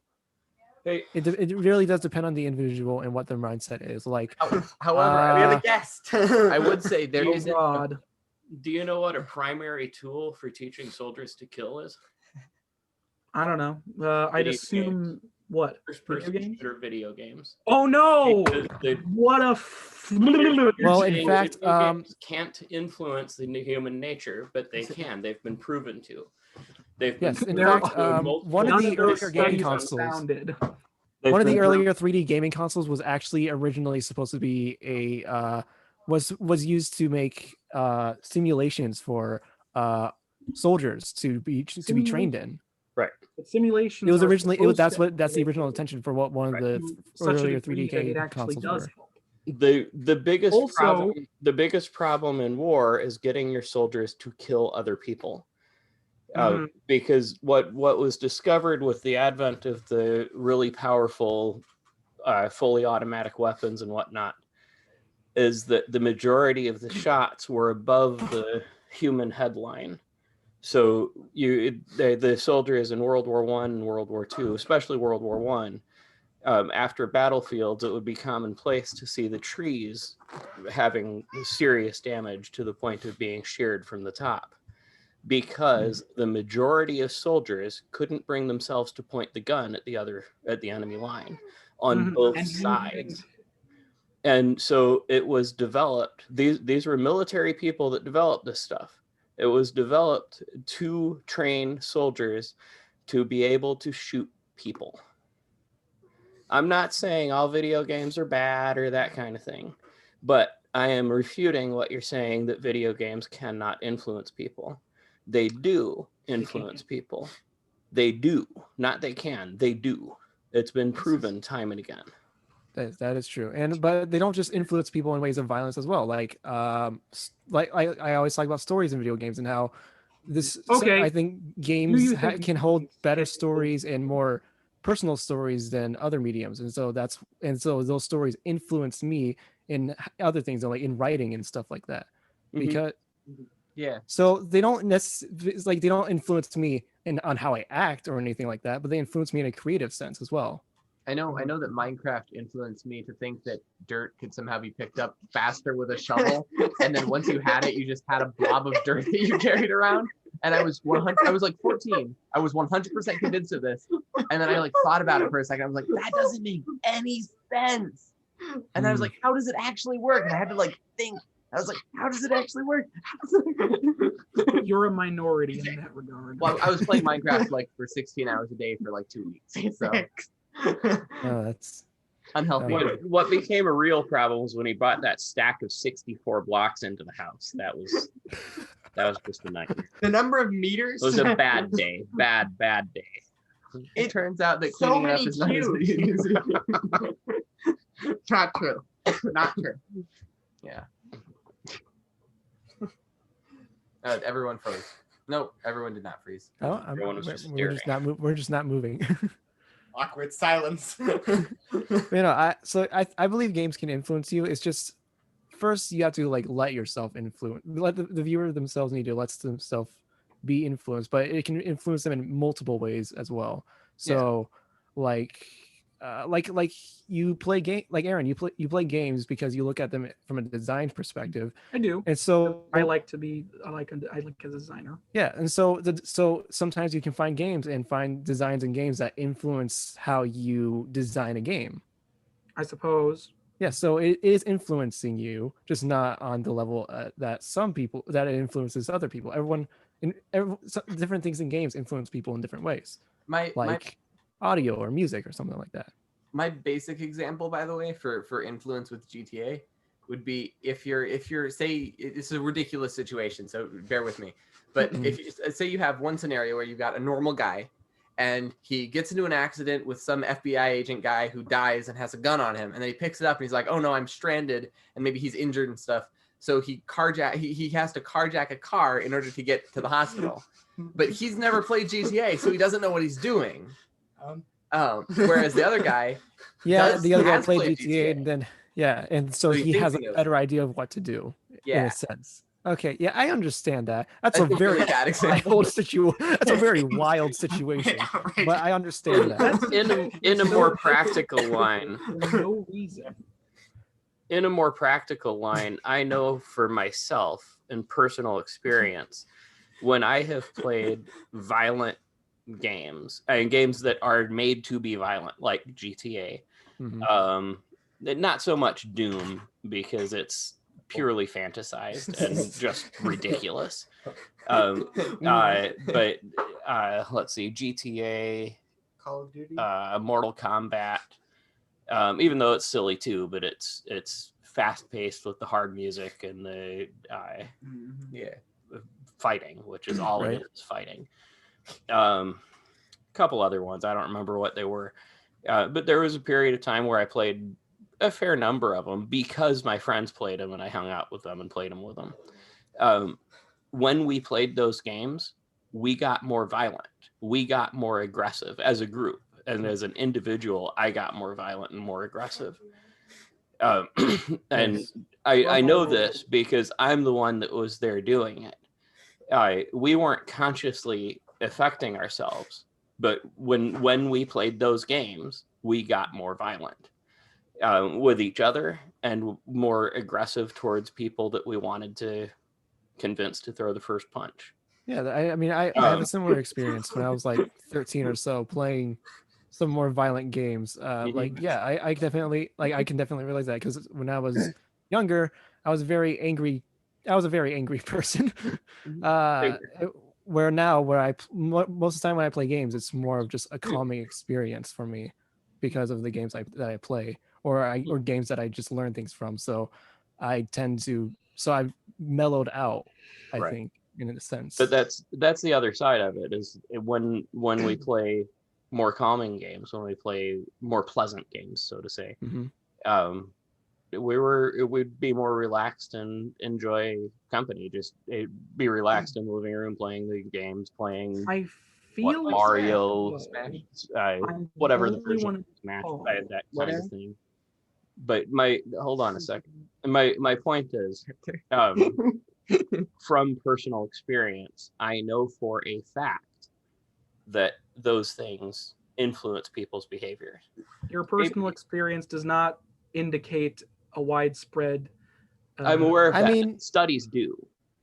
The studies do show even more studies have proven the fact video games do not cause you to be violent. There are so many studies. Nobody's saying video games coming out and disproving this idea. Nobody here is saying video games cause you to be violent. We're saying video games influence violent behavior.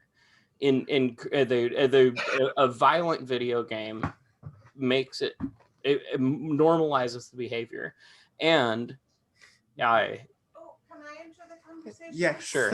Oh my god. Let's get everyone in. Aaron, okay. Yeah, Baker's on camera. All right.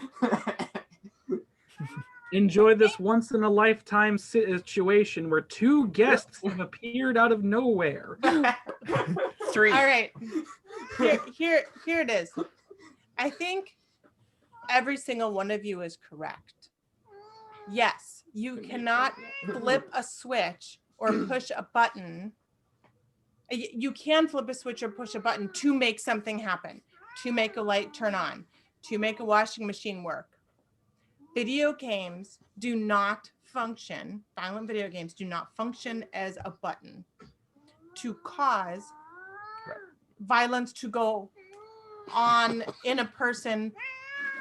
Please stop torturing the cat. I don't want him to fall off. He wants off. Okay. Here you go. He was clawing at Dad. Okay. Was it? Sorry.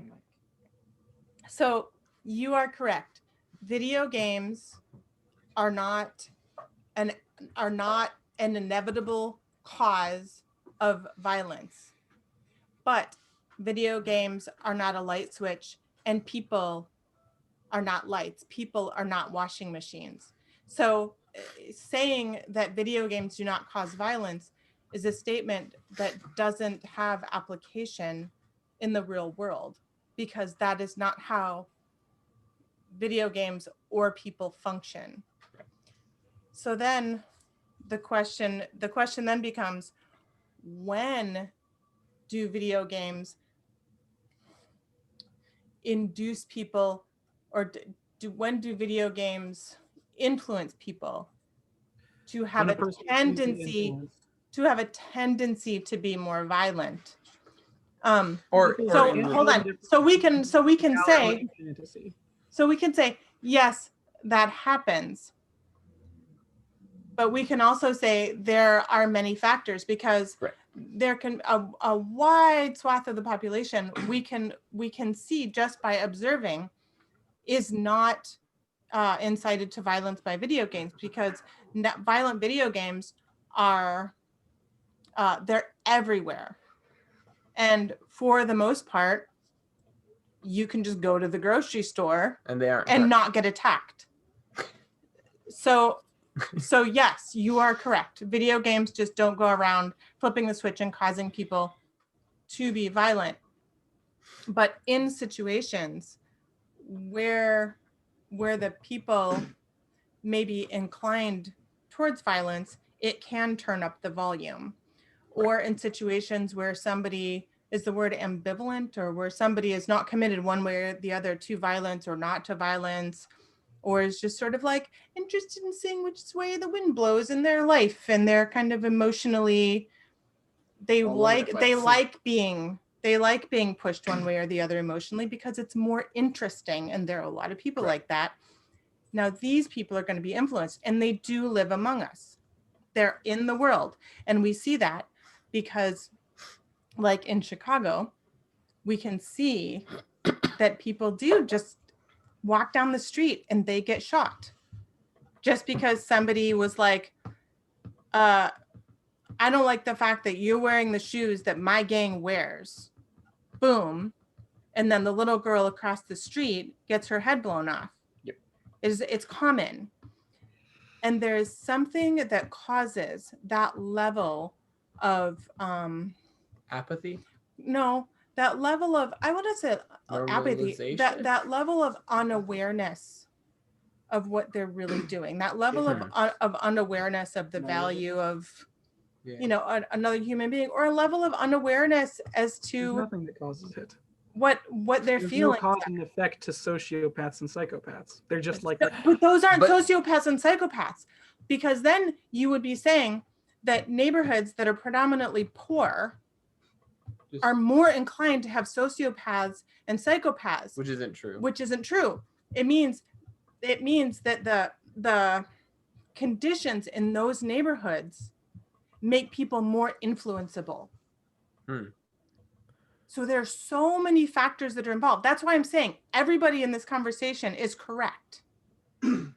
Because human beings are so multifaceted, and the world and the situations, they're without end. But so you can say they don't cause violence, and you can say they do influence violence, and they have caused violence. And you would be right in both cases. There's no one answer to it. Right. I do like Max's perspective, though, that games we should try to make games influence people positively and give them good experiences and uplift everything, because that's good. I mean, that's how I view video games, though. Not everyone views the games that way. There is a book called Getting Gamers: The Psychology of Video Games and Their Impact on the People Who Play Them. That is a very great read because it definitely shows how many different type of people play games and how different people think of games as experiences in general. Because I didn't relate to a lot of the things in the book, but I also related to a good amount of other things in the book as well. And those are people from different groups and all that. So and it's really interesting to see how different people, different perspectives see games. I don't. Everyone's unique. Not everyone sees games the same way. Some people see it leaning more one way than the other. So. Yep. Not that this podcast is very popular per se, but that conversation is going to get so heated. I mean, it doesn't matter. The 8 people that actually watched the first episode are going to get so angry. I mean, I'm trying to think. And might be a bit confused by the random guests that popped in. I mean, in the end, it's a very psychological conversation to have. There's a lot of different elements, and then there's also everything about how if games influence these things, or they whether or not games do or don't influence these things. The same conversation could still be had about film or novels or just even art, any form of art in general, because art influences and inspires people in different ways. So it all depends on just how people are influenced and inspired by that one piece of work. I know I'm definitely influenced by the Momo. The Momo just ick. Yuck. Oh, that thing. The what? The Momo. Look, Google Don't look it up. Yes. That isn't what its actual name Google is. It's search just a prop. Momo. It's just a prop. that'll on an just old get horror Momo. film. Oh, that. Okay, yeah, I know. Yeah. No. You have to Momo finish it. You have to have it embedded in your mind. I've seen it. Yeah, I saw it for about half a millisecond, and I hate that sort of thing. So no, thank you. I hate it. I mean, those things don't really do anything to me. I'm just like, oh, look. Yeah. It's a piece of art that was made. Yeah, it is a piece of art, and how it affects you. It depends on the individual and how much the individual allows it to affect them. And I hate it. I do not like that sort of thing at all. You don't have to like it. I mean, personally, I kind of love seeing the things people make in that kind of way. But I mean, not everyone does, and that is fine. It is a cool thing, I think, but it just something in my brain just hates it. Is scared of it. There's a hard line between fantasy and reality. Yes, there Movies, is. novels, and video games all fall on the opposite side of that line. Right, and it's just how much you let it influence you in the end. It's it's not real, and none of it's real. Yeah, and in fact, every piece of fiction, every piece of fiction, we could live without. We could just take it with a grain of salt and never give it any thought. But it's because people do relate and are inspired and are influenced by these stories that they have become this big worldwide thing. If games didn't influence people, I don't think games would be popular, because then it's just something that just exists and no one cares about it. But because it influences people and because people are passionate about it, they have grown to become this gigantic medium where many different things can happen. But that's just how I see things. Well, that was an amazing host topic. I guess it was, because we spent like probably over An 30 hour. minutes on it. Yeah, probably over an hour. I think we're reaching 4 hours, by the way. Yes, we are. Well, if 2 hours was like how many gigabytes? No, it'll be fine. The gigabytes are not gonna be a big problem. And then your computer craps every file. No. You know what's funny? We're not even going slow. We're just talking. We just have a lot to talk about. I mean, do we want to keep this a shorter podcast? What? We're already at 4 hours. I don't know. I mean, like, but going forward after this episode, do we want to try to keep this a shorter podcast? Because maybe what we could do, we could. Whatever. We'll talk about this later. But I like talking. Anyways, that was listening. I would talk about. Anyways, that was host topics. For now, I would talk about the news, but I already talked about it. And we've already discussed it. So, what? Nothing. I was blocking Devin out of the camera view. Okay. Well, that is basically the end of the podcast, actually. We will now move on to, well, we did the news. Nobody has anything else to say? No. Okay, we'll move on to shameless self-promotion, starting with Max. Max, what do you have coming up this week? Anything worth watching? Also, what's your channel again? Not what was that? You should also say your channel name again, just in case. Yes, my channel is called Dillian Greiker. You should go subscribe to it. I have stuff coming up in January. I have videos scheduled, and I'm editing 2 videos right now. Woo! I'm planning myself ahead, so all of January's videos will be done by the end of December.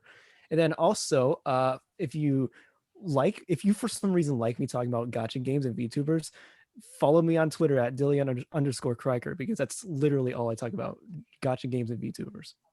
That's my. I might hit the follow button, but I might not read anything. Good.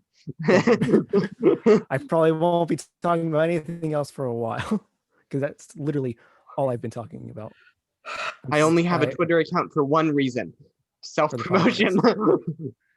I mean, isn't that what Twitter is for anyway? Well, I don't want. That's what social media is for anyway. Twitter. Altogether, from shameless self-promotion. Yeah. Yep. All right then. Well, if that's it for you. Yeah. All right. Matthew, what do you have coming up this week? Where can people find you, and is there anything worth watching coming up on your channel, and where can people find you? Well, I was planning on posting the first episode today, but of the D&D game, but I'm not sure that will work out because of timing. Beyond that, you can find me on Mystical Meanderings. I'm had a brain crash. Okay, let's continue my thought process. I'm mostly posting music currently. I'm going to be posting a D&D game soon, like actually posting it, and I'm going to be editing it eventually. Yay. I need to, because I have to. 20 minutes today. Okay. And aside from that, there's another project that I want to record some practices for, since they're unrelated enough and really just for a very specific thing of it. I'm actually okay with uploading it publicly. All right, then. And Max knows exactly what I'm talking about. You're being weird. Sure. All right, then. Is that it? I definitely know. Yeah.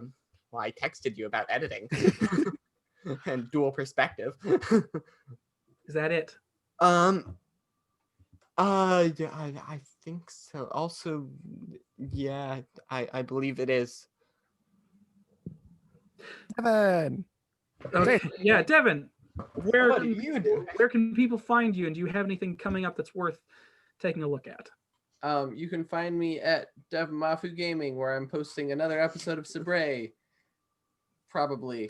And not of Sabre. Oh my god, I did this last time too. Of Sabercraft. And then you can find me at Sabre, which is a really long title. And then you can find me on Deli at Z, and on Deli at Z I have please stop. How many YouTube channels do you have? Just 3 for now. Wait, but you also have like that. I read the encyclopedia thing. Yeah, that's Sabre. Oh, that's the Sabre now? Sabre stands for So I've Been Reading an Encyclopedia.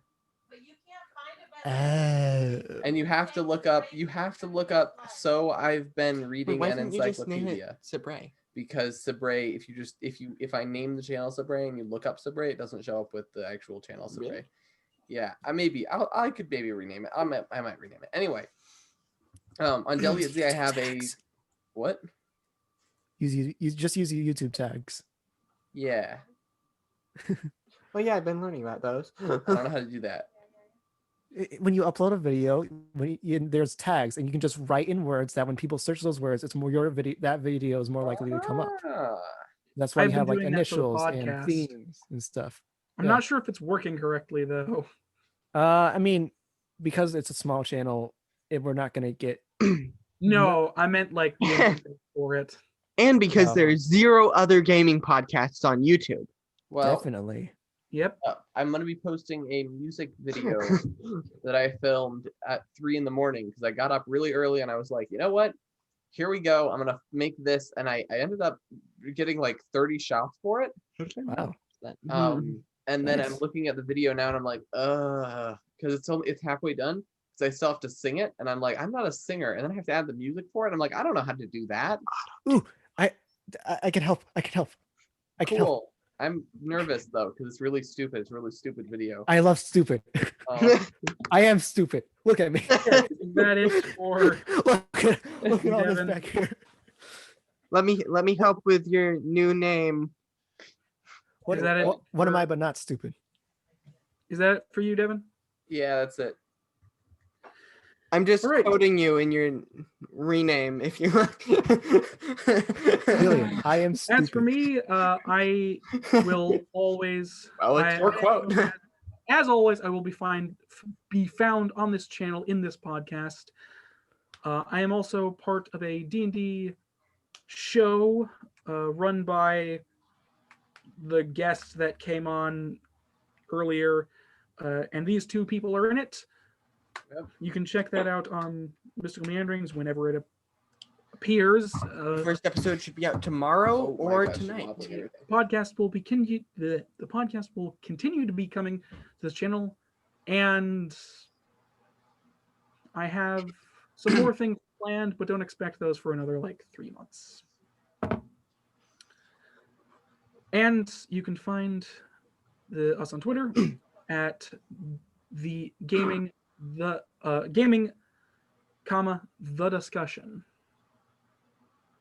where I'll be posting not much except when the videos go up for now.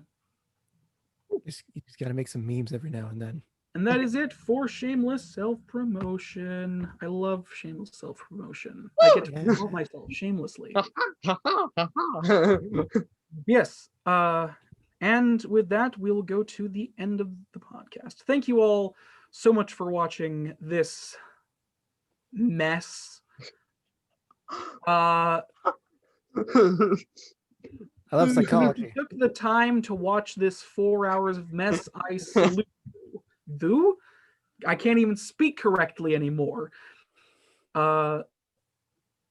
Yes, like, comment, and subscribe. All that good stuff.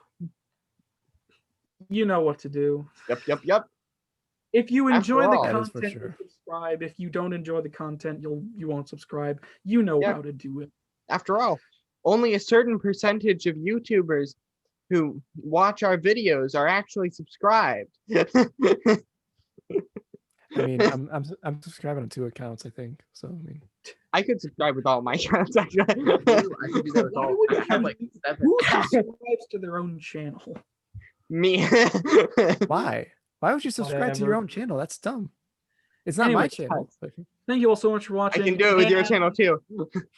I just have to link myself every time. Goodbye, everyone. Goodbye. Goodbye. Have fun going home alone. Don't scare away the viewers, Dillian. No.